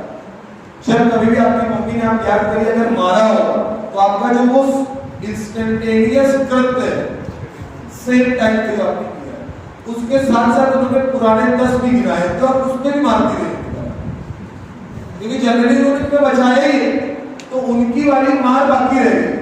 तो जब वो मारेंगे बेलन लेके या चिमटा लेके किसी भी तरीके से जिससे भी जो भी प्यार है, तो फिर वो कंटिन्यूअस मारती रहेंगे, उनको जब तक याद आएगा वो तब तक।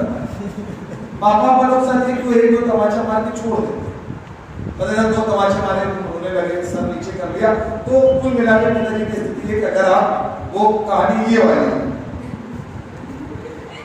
जो सीधा फैक्टर है वो ये वाला है, लड़के के साथ पिताजी का जो व्यवहार है वो ये चाहते, अगर उन्हें चमाटा तो वो तमाचा मारते तुमने आग नीचे करके तुम ढोल पिताजी अपना चलेगा, यानी कि मेन कहानी इज्जत वाला जो क्या पे देता है इट विल बी मेंटेन और नॉट, ये बात समझ। लेकिन अगर तुमने तमाचा मारा और तुमने रिप्लाई किया, रिप्लाई कैसे करता है कौन करेगा पूछेगा तेरे रिप्लाई कैसे करते करें बात से चूता और मुंह बराबर। और फिर आदमी क्या कर देता है, कोई सामान है या कुछ है मारा जाता है और दरवाजे में से घूसा मार दिया। अब इतने में पिताजी अब वो गैप कम हो गया, डेल्टा एच कम हो गया, उन्हें लगा डेल्टा एच कम है तो डेल्टा एच कम हो तो डेल्टा एच को बढ़ाने के लिए एंडोथर्मिक प्रोसेस यानी कुछ एनर्जी का कंट्रीब्यूशन वो और करना है। और फिर वो क्या करते हैं, बुलाते हैं, फिर पकड़ते हैं और बाल पकड़ते एक बार वो लाना। मतलब अब क्या है, WWF हो गया।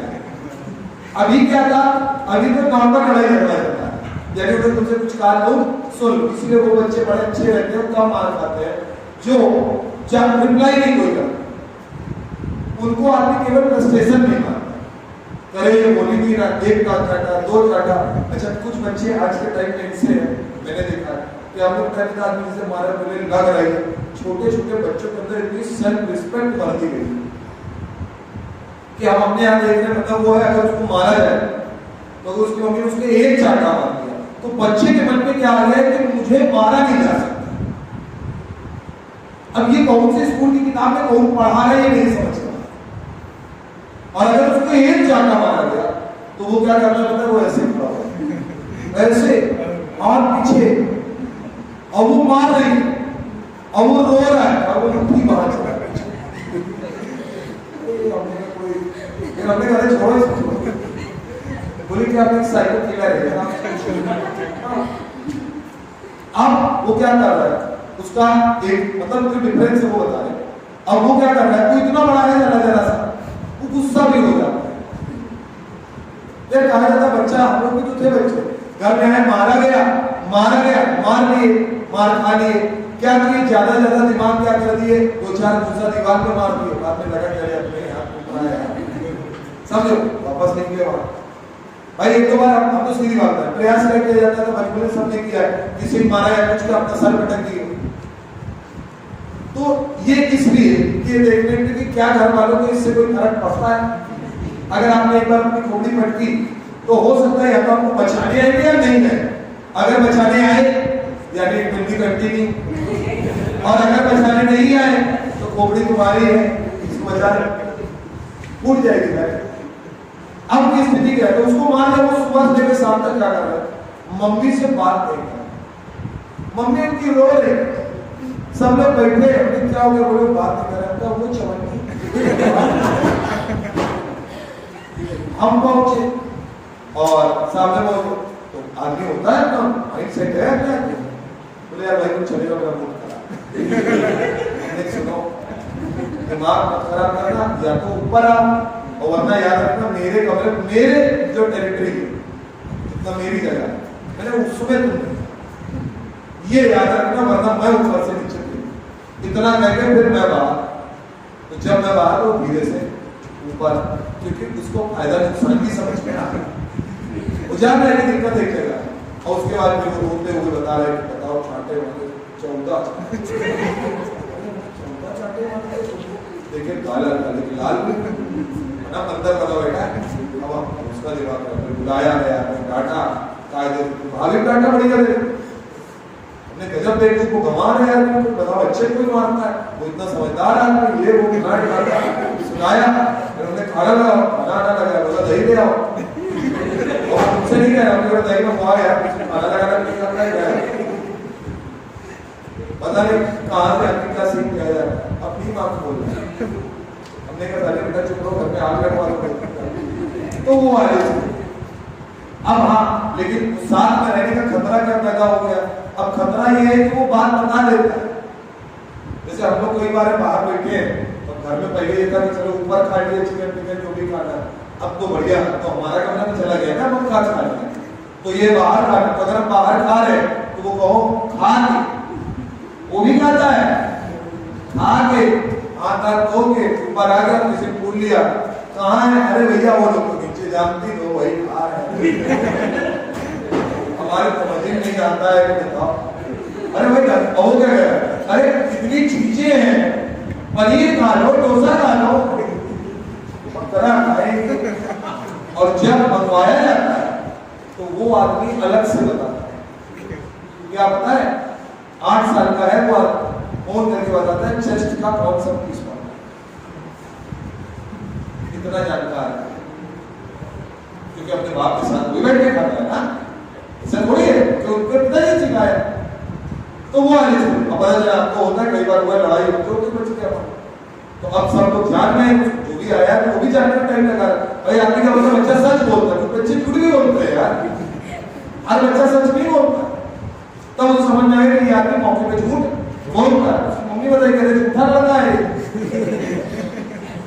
तो वो आने से कि पता चला कि अगर वो ऐसी स्थिति हो गई थी कि तुम ये समझ लो कि एक बार ये हुआ कि किसी बात पे उसको डांट दिया, हम वहां से चले आए, समझना उस आदमी ने लैपटॉप मेरा छुपा दिया। अब लॉक में खोल तो नहीं सकता है, लेकिन वो बैग तो छुपा सकता है ना, बैग लेकर छुपा दिया उस आदमी। 3 दिन बाद किया, हाथ जोड़ना पड़ा है। आज लैपटॉप किसी नया नया खरीदे थे, पैसा जोड़ दिया। हमने कहा वो कहाँ बोले, वो तो गया। अरे हमने कहा कहाँ गया? अब हम उससे पूछ रहे तुमने तोड़ा तो नहीं है, इतना बता दो नहीं तोड़ा। बोले कोई बात ही नहीं कर, मम्मी कह रही बता, तो मम्मी क्या कह रही, कोई बात नहीं बच्चा है दे देगा आगे कुछ दिन बाद, कब तक दे देगा, तो बेटा कल दे दोगे। और फिर वो चला गया। फिर अगले दिन वो बोले कल हम उससे कह रहे यार तुमने कहा था कल तुम्हारो नेवर कम्स पढ़ रहा। अरे हमने क्या समझा कोई बात आती बच्चे थे। अब उसके बाद से क्या होने लगा, जब एक बार प्रोसीजर हो गया, हाथ पैर जोड़े, जोड़े हाथ पैर जोड़ करके भाई प्लीज दे, मेरा काम ऐसा है कोचिंग का है, ये वो मैं गए। बोला एक बात याद रखो, मारोगे तुम्हें? हमने बिल्कुल नहीं मारा, तुम्हें जो चीज़ें बोले। तो बोला अच्छा चलो मैं उसने चेक कर लेंगे इनका मूड सही है। बोला चलो मैं दिला रहा हूँ, ठीक है चॉकलेट पॉकेट दिलाया, ले गया बैलर का, अब बता दो मैं काम करेगा। जैसे ही लैपटॉप मेरे हाथ में आया, एक हाथ में लैपटॉप और एक लेके सीधे कमरे के समझ, और सोले वाला मैंने इनको ठाकुर बना दिया, दोनों हाथ पकड़ के मैंने पार समझे। मैंने कहा बोले करना क्या है, उन्हें मारना नहीं है, दरवाजा पर धमका बस तुम ऐसे ही बंधे रहो।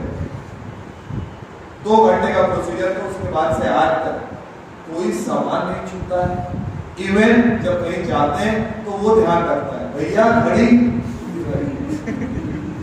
ये वाली कौन वाली है, तो ये वाले केवल एक बार का ट्रेलर से, क्योंकि ये सबके साथ वही सिचुएशन है। अगर भाई किसी बलिदान देना अब ये बताओ जाओगे, जाओगे क्या जाओ क्या खाओगे,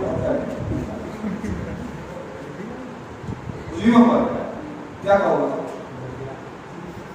जल्दी बताओ तो टाइम निकल के खाने खत्म हो गया। खिला पिला कर 2 घंटा और पढ़ा रहे ना। अरे तुम्हें कौन घर जाकर पढ़ा, तुम पढ़े हो उसकी किताब, जल्दी बताओ।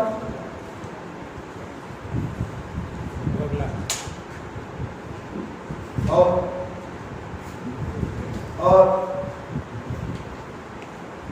तुम तो मुंह बनाओ, नहीं खाते हो, हैं क्या खाते हो? अब क्या मिलता है यहाँ पे जो तुम खाती कलाकारी अपने खाना मत देख पाते। बता दे बात, ऐसा कौन आदमी दुनिया में कहता मैं ये नहीं खाता? अरे सब खाते हो यार, हम खुद खाते। अगर कोई कहते हो कि तुम क्या नहीं खाते, ऑप्शन होगा तो नहीं खाते, नहीं है तो भैया खाते। हम तो साफ बताते, जब घर में खाना नहीं मिलता है तो रात में रोटी उसके ऊपर घी लगा के और शक्कर डाल के खाते भैया, क्या करें? नहीं है ना, पैसा है, रात में 3 बजे जोमेटो और स्विगी काम नहीं करता ना, पैसा होने का उस कभी कभी तो क्या मंगवा देता, समोसा मंगवा है क्यों? समोसा ले आओ और भोग ला लो, गरम लाना दे, टाइम चाहे जितना लगे लाना गरम, क्या पता है क्यों है बात में बेटा तो कौन खाता है यू नो।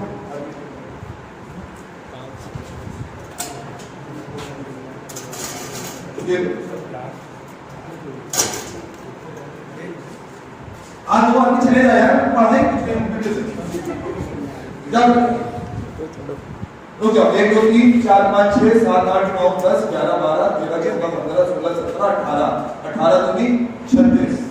तो ही तो खाओगे हैं 18 दूनी 36 36 तो ये हो गया ठीक। और ढोकला कैसे लाओ समझना, जो फाइट होता है 20 होता है, 20 30 गिनवा के रखवा ले फिर तौलवा।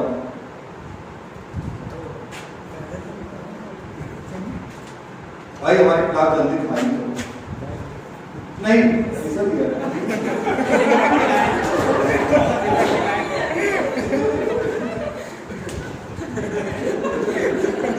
भाई धोखा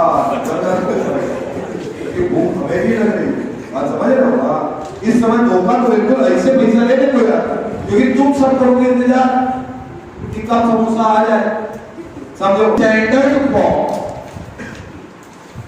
जो बोले हैं उसी की बात करें, और जो भी स्टैंडर्ड फॉर्म है उसके लिए हीट ऑफ फॉर्मेशन क्या है बेटा 0 माने, क्या मानेंगे सी।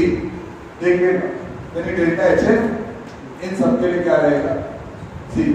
क्या क्या है देख, हाइड्रोजन किसमें पाया जाएगा गैस,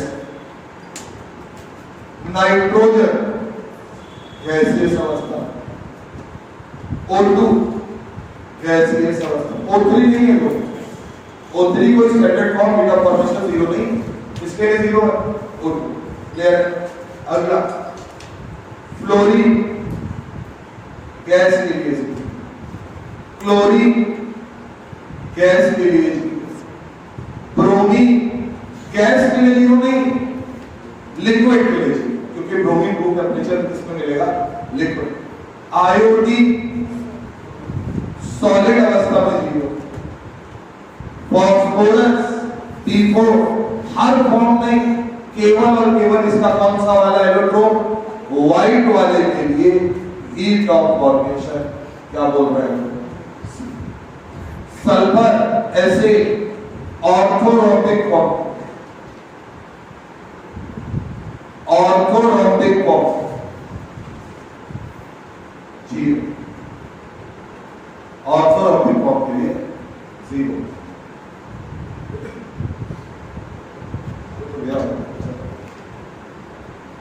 अब आगे मेटल लिख लो, सोडियम सॉलिड है, पोटेशियम सॉलिड है, इन सब के लिए डेल्टा एच स्टैंडर्ड फॉर्म में क्या मानते हैं 0। लेकिन मरकरी जो है ये केवल एक ऐसा मेटल है जो रूम टेंपरेचर पे कैसे मिलता है लिक्विड फॉर्म, इसके लिए heat of formation liquid form में। ठीक हमने इनको लिखा है कार्बन ग्रेफाइट,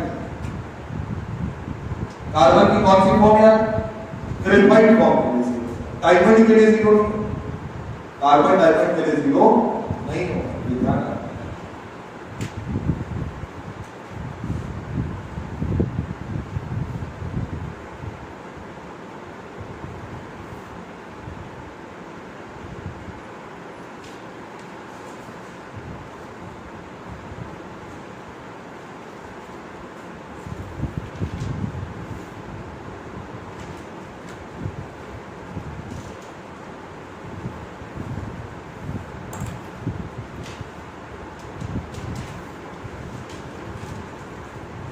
चले अब क्या है यार, मैं तुमसे कुछ रिएक्शन लिखवा दे रहा हूं जिससे पता चल जाएगा कि तुम्हें पता है या नहीं। पहला heat of formation of HBr, या शुरुआत CO2 से करते हैं, अब तो लिख चुके हो CO2 गैस, इक्वेशन बताओ, तरीका समझ लो। सबसे पहले क्या बनाओगे परम, क्या बनाओगे परम, इधर बन लिखो, किससे बनेगा CO2 कार्बन और ऑक्सीजन, ऑक्सीजन गैसियस और कार्बन ग्रेफाइट, कौन सी फॉर्म ग्रेफाइट।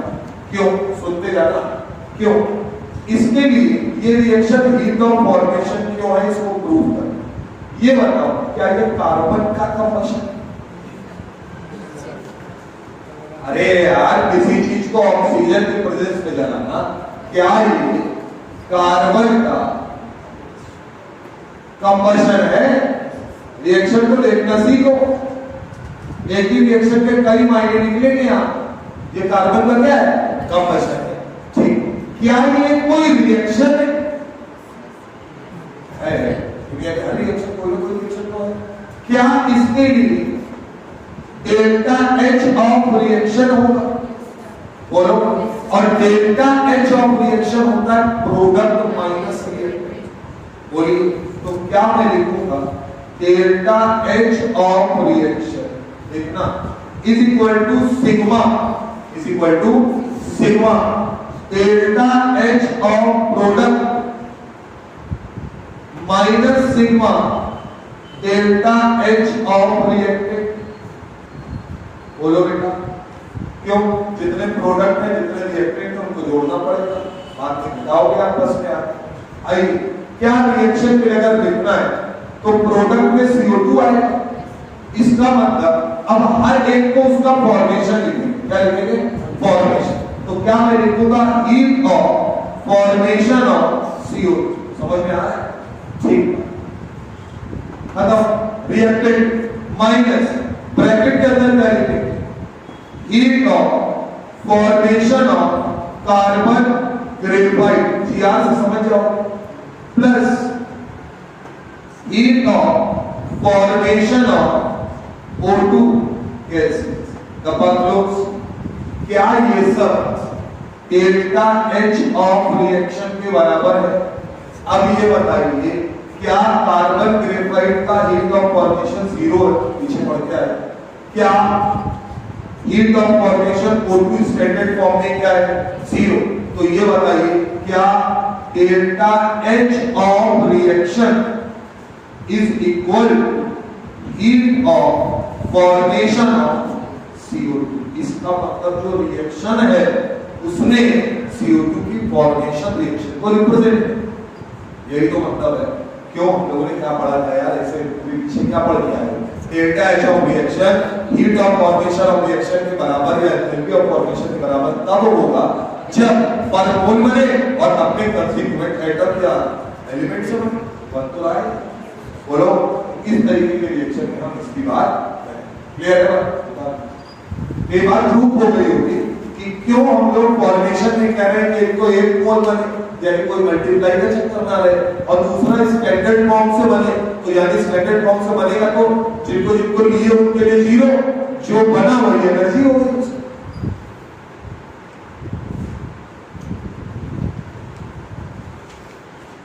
जो बनेगा वही उसकी क्या कहलाएगी?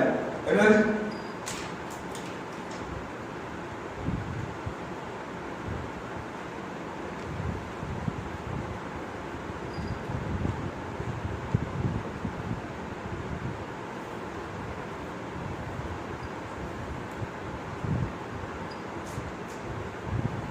और एक बात याद रखना, हम लोग अब बात करेंगे बार बार जो डेल्टा एच में बोलते थे ना प्रोडक्ट माइनस रिएक्टेंट, अब बोलेंगे क्या?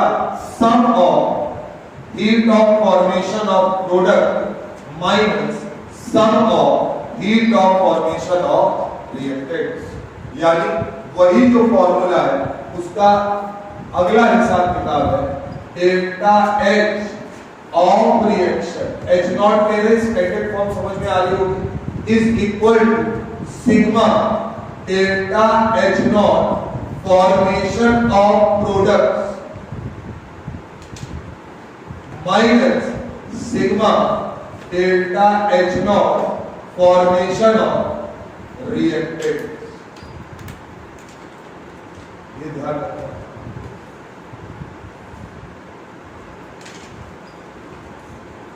तब बोलेंगे डेल्टा H नॉट।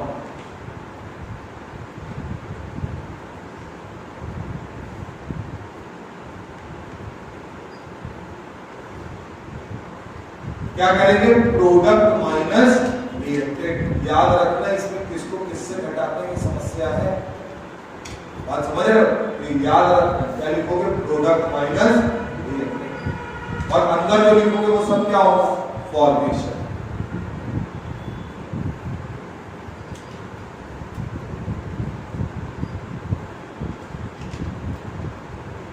अब कुछ तुम बता दो। हीट ऑफ फॉर्मेशन HBr के लिए रिएक्शन लिखो। Heat of formation water liquid के लिए लिख दो, heat of formation ethyl alcohol liquid के लिए लिख दो। क्या रिएक्शन लिखोगे बस ये बताओ।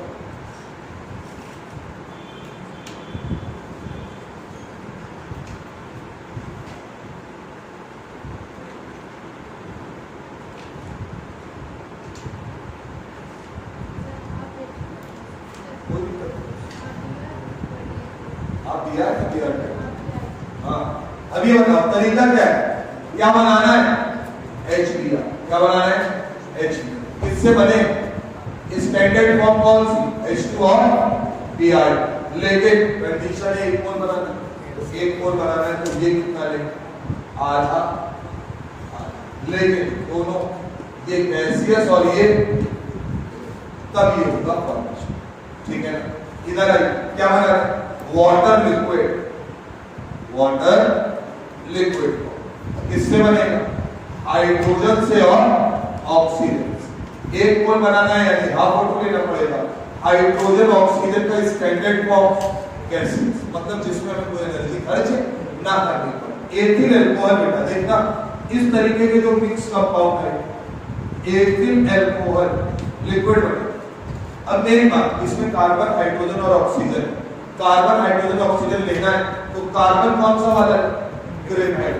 हमेशा कौन सा लोगे, ग्रेफाइट, सिंपल जीरो होता है, ठीक। हाइड्रोजन पर मोल बनाना है यानी 3 मोल चाहिए होगा, लेकिन कौन सी फॉर्म, गैसियस। ऑक्सीजन 1 एटम चाहिए यानी हाफ और वहां 1 मोल ही रखना है बस, ये वहां 1 मोल ही रखना है, ये याद रखना। यहां तो फिर तमाशा ना कर देना, फिर खराब हो।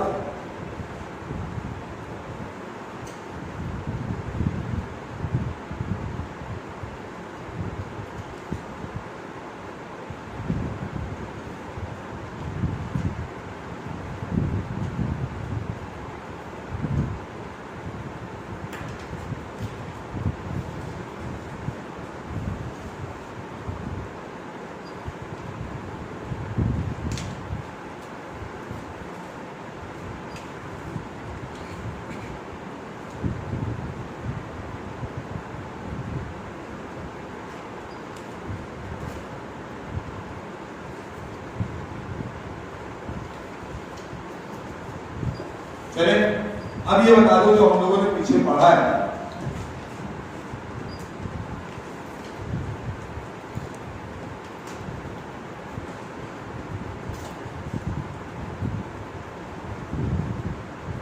ये कब बराबर होता है,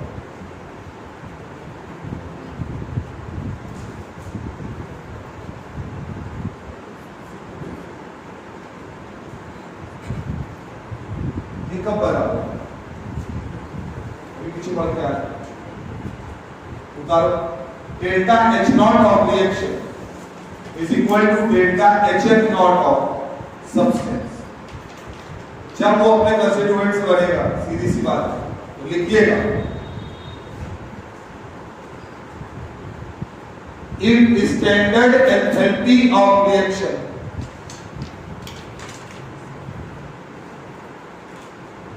if standard enthalpy of reaction, इसके बारे में बात हो रही है, delta H not reaction is equal to standard enthalpy of formation is equal to standard enthalpy of formation of compound, then reaction will be called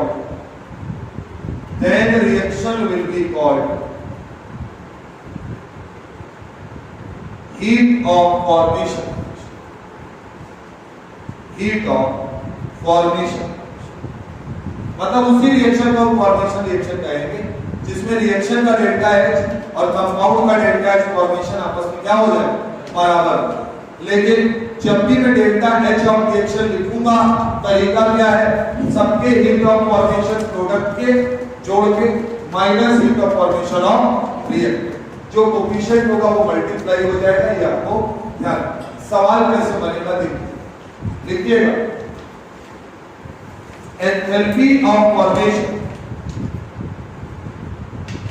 enthalpy of formation of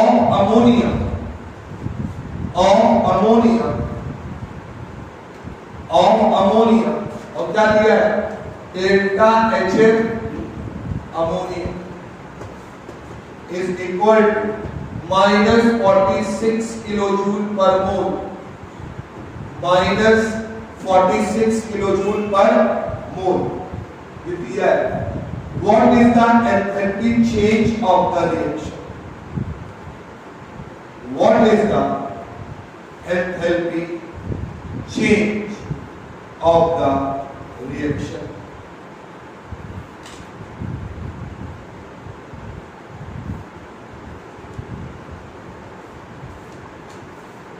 What is the enthalpy change of the reaction? Reaction the half H plus 3/2 H2 gives 2 times ammonia.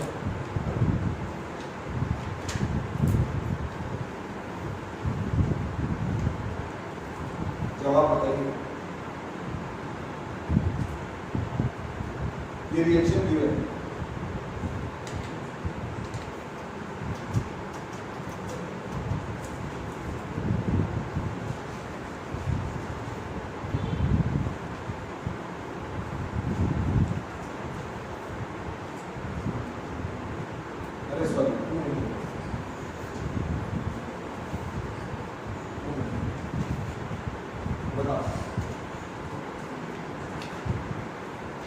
क्या answer -46 ही है कि 92 है? बोलो एक बात बता, क्या लिखा है? Enthalpy of formation of delta HF, ammonia का फॉर्मेशन दिया हुआ कितना है -46 किलो। ठीक है, अब हमसे पूछा जा रहा है एंथैल्पी चेंज ऑफ रिएक्शन। अगर मैं इसके लिए लिखूं तो क्या डेल्टा H0 ऑफ रिएक्शन लिख लूं? Product minus reacted. प्रोडक्ट के लिए क्या लिखूंगा? Heat of formation of ammonia minus इधर bracket half times heat of formation of N2 plus 3/2 times heat of formation of, ये केवल तरीका बता रहे, जीरो तो हो ही जाता है, ऑफ H2 लिख लो। यही तो है, ये डेल्टा H के बराबर होगा। डेल्टा HF ऑफ अमोनिया कितना दिया है? -46 माइनस अंदर अगर है तो ये तो जीरो है, बोलो तो यहां से केवल और केवल क्या है? जीरो। आंसर -46। और यूनिट याद रखना, जिसमें दिए वही वहां दिया भी हो, किलो जूल पर मोल।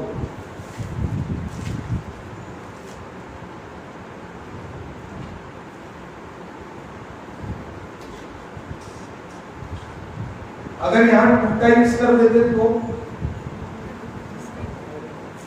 बोलो, यहां अगर दुगना कर देते तो भी हम यही लिखते, लेकिन यहां 2 हो जाता तो यहां 2 टाइम्स होता ना, ये तो अमोनिया मिल जाए तब -1 है। अगला बेटा गिवन है सवाल, गिवन है 1/2 SA solid plus 6 times O2 gaseous gives 4 times SO3 gaseous. Delta H -1590 kilojoule. What is the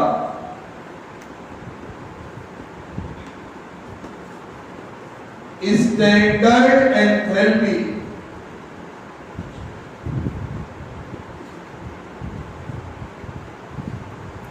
of formation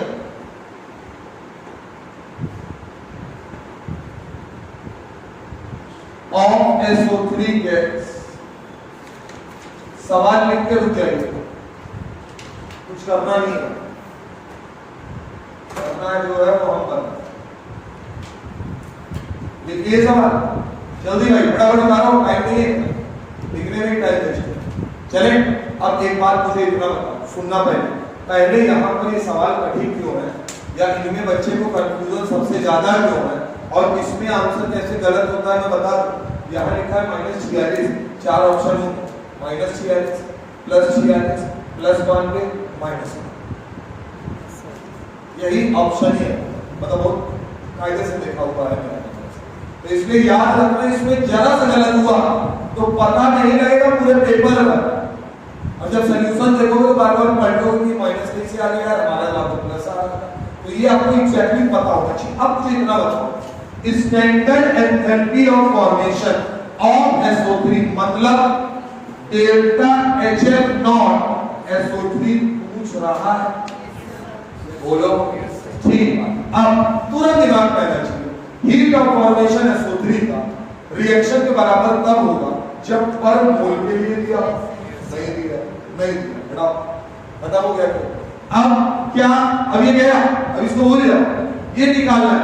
अब इस रिएक्शन में एक बात है, क्या इसके लिए फॉर्मेशन 0, इसके लिए फॉर्मेशन 0, क्या ये डेल्टा H रिएक्शन का दिया हुआ, तो मैं लिखूंगा delta H of reaction is equal to 4 times heat of formation of SO3 gas, यही तो होगा। अब निकालना अपने को क्या है, ये हीट ऑफ रिएक्शन दिया है -1590/4 heat of formation of SO3 gas। जो थोड़ा तेज आदमी होगा वो ये लाइन भी नहीं लिखेगा, वो क्या देखेगा, सुन लो मर जाओगे, हम बता रहे हैं मर जाओगे, क्या बात है, तुम्हें लग रहा होगा क्यों लिखा है, मेरे को बड़ा मजा आ रहा है। ये याद रखना, ये बटे तब करोगे जब इधर 0 हो। बोलो एक बात बताओ, 4 देने से तो तय हो गया कि परमोल नहीं है, तो तुम्हारे काम की तो है नहीं, लेकिन इस बात की क्या गारंटी कि उसने स्टैंडर्ड फॉर्म्स ही बनाया हो, उसने स्टैंडर्ड फॉर्म्स बनाया हो, इसकी कोई गारंटी है? ये बताओ, यहां ऐसे सॉलिड है, बात समझ रहे, और O2 नहीं है, मान लो यहां पे कोई दूसरा आइसोटोप डाल दो, सॉरी दूसरा एलोट्रोप डाल दो, ऑर्थोगोनल के लिए 0 मान के चले हो ना, बोलो मोनोक्लिनिक के लिए तो 0 नहीं है, मान लो मोनोक्लिनिक डाल दिया तो तब क्या हो जाएगी इक्वेशन, डेल्टा H रिएक्शन बराबर 4 times delta HF SO3 minus half times heat of formation of acid बनाना, तो वो एनर्जी इंक्लूड हो गई, यानी बटे नहीं चलेगा, यानी उसका बटे चलेगा। सुन रिएक्शन दी है तुमने देखा, लेफ्ट हैंड साइड 0 हो गया, यानी इस रिएक्शन में ये क्या कह रहा है, 4 मोल SO3 बना दे, इनका कोई रोल नहीं, एनर्जी में कोई रोल नहीं, 4 मोल SO3 बनाने के लिए 1590 माइनस कितना, 4 मोल के लिए माइनस में 1590, तो हीट ऑफ फॉर्मेशन पर मोल होता है, 1 मोल का के लिए 1590/4 विद डिग्री, लेकिन कब, जब 0 होगा, अगर 0 नहीं है तो वापस अपनी औकात में आ जाएगी, और ऐसे ही बात समझ रहे, मतलब ये नहीं कि आपको मैं एक सवाल निकालने के लिए रट्टा मरवा दे, आगे सवाल नहीं लगेगा यार, हाँ 0 का हमेशा, तो हम स्टैंडर्ड नहीं बोले, क्योंकि हम रिएक्शन के लिए भी स्टैंडर्ड बोले, फॉर्मेशन के लिए तो तुम कंफ्यूज हो गए। तो बेसिक फंडा याद रखना कि आपको फॉर्मेशन तो अपने आप ही हो जाएगा अगर 0 रहेगा, अपने स्टैंडर्ड फॉर्म से बनाओगे तो आंसर आएगा -397.5 किलो।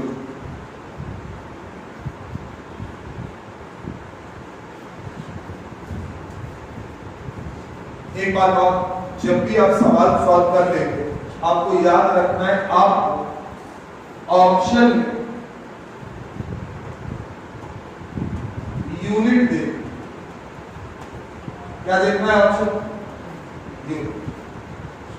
आई बात समझ, हो सकता है अगर उसने कैलोरी में दे रखा है किलो कैलोरी, तो आप फालतू में किलो जूल देख के मगर आप अचानक कि आप सब कोई नहीं होगा, पहले देख लो तुम किलो जूल में निकालो और फिर पूछ किलो कैलोरी में। तो ध्यान रखना है किसमें पूछा है। यूनिट कन्वर्जन तो आपको बेसिक नॉलेज है, बेसिक पार्ट है आपको उसका, आपको हमेशा देखना है, हर सवाल करना है। अब जो मैं बात कर रहा था उसी के ऊपर का अगला सवाल, कैलकुलेट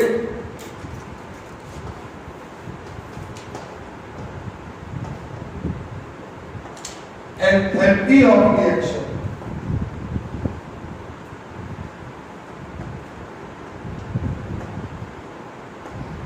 रिएक्शन अपने को दिखी है CCl4 gaseous plus 2 times water gaseous gives CO2 gaseous plus 4 times HCl gaseous.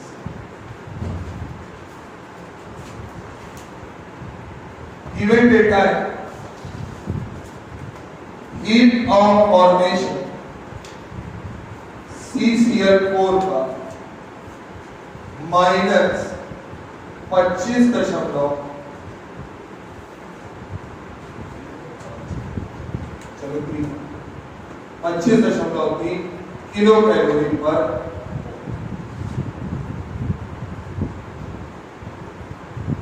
Water minus 57.8 unit copy हो जाएगी। Heat of formation CO2 minus 94.1 kilo calorie per heat of formation HCl minus 22.1 kilo calorie पर।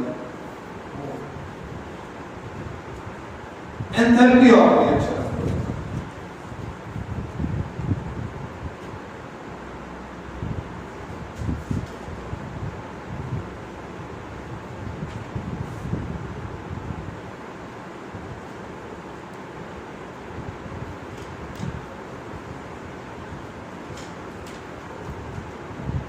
सुनो तरीका, तो दुनिया में सारी doctor की भूल है। बेसिक बात क्या है, कोई भी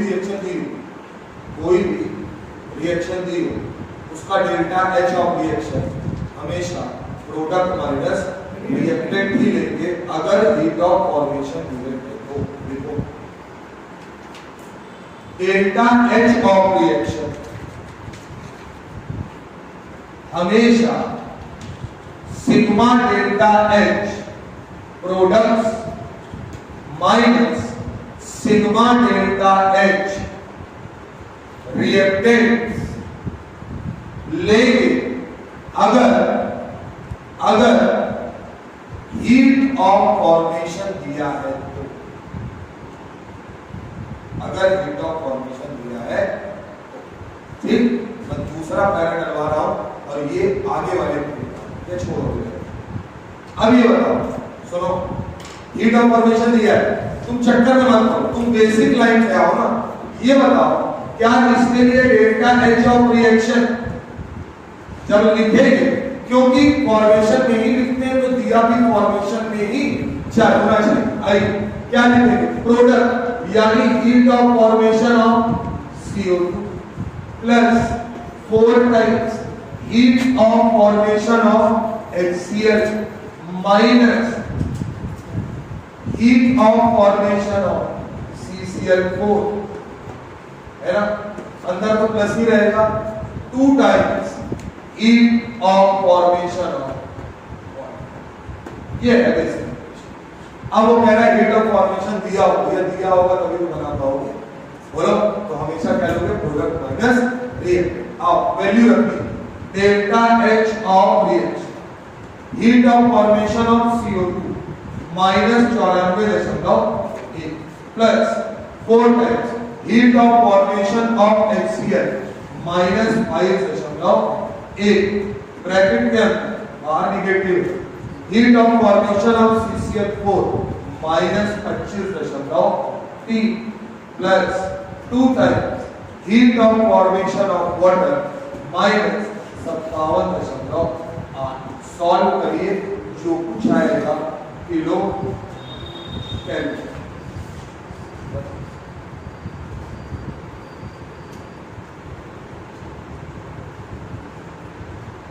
अच्छा, कभी ये मुस्कुरा रहे थे सबसे? हाँ, एक ऐसा तो क्या हो गया?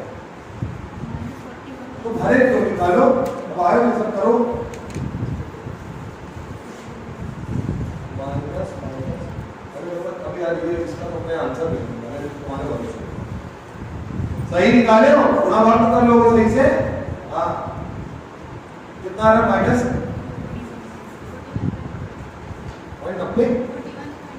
0.96 आ रहा है, बस आ रहा है -41.6 किलो। तो बात पकड़ में आ रही है कि नहीं आ रही? ठीक, एक लाइन और लिखा देना तो कल की क्लास का मामला निपट जाएगा।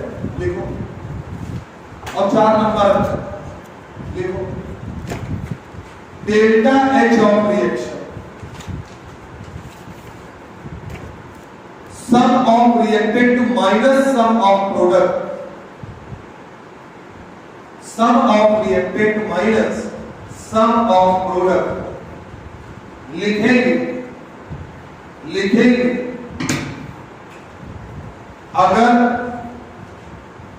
अगर कंपाउंड के हीट ऑफ कंबशन दिए, अगर कंपाउंड के हीट ऑफ कंबशन दिए, ठीक बात है। क्यों पता है? कंबशन में क्या लोग, जब कंबशन दिया होगा तो क्या डेल्टा एच एक ही रिएक्शन लिखने के 2 तरीके। पहला, फॉर्मेशन दिया हो तो प्रोडक्ट माइनस, और कंबशन दिया हो तो reactant minus product. Basic difference क्या? कंबशन जो होगा वो हमेशा एक्सोथर्मिक होगा, यानी सारा निगेटिव में दिया होगा, बोलो ना। और फॉर्मेशन जो होगा, बात को समझना, हीट ऑफ फॉर्मेशन का जो साइन है वो भी तो हमेशा एक्सोथर्मिक होगा। अरे यार, फॉर्मेशन में भी तो एनर्जी रिलीज ही होगी, बोलो। अब ये बताओ, कंबशन में क्या ऑक्सीजन की प्रेजेंस में जला के निकालो, यही मतलब। और फॉर्मेशन में नॉर्मल रिएक्शन कराओगे, तो बेसिकली ये है कि एक कंबशन रिएक्शन जब फॉर्मेशन में कन्वर्ट होती है तो उसका साइन चेंज हो जाता है, और उस अपोजिट साइन को लेने के लिए हमें साइन कन्वेंशन लगना पड़ता है, जिसके बारे में हम लोग कल बात करेंगे। चलिए, मिला, निकालो, खाया बस। अरे मार थोड़ी देंगे भाई, जैसे कि खत्म करना है तो क्या करें? खत्म कर दे, तुम्हें भी खत्म कर देंगे, अभी कोर्स खत्म हो जाएगा। हाँ, इतनी भी जल्दी नहीं है ना, हमें मालूम तुम्हारा स्तर की तुम कोऑर्डिनेशन कंपाउंड से यहां तक पहुंचे, पीरियोडिक मरो नहीं मिल रहा है। देख रहे हो ना, अपनी काम करके कर रहा है?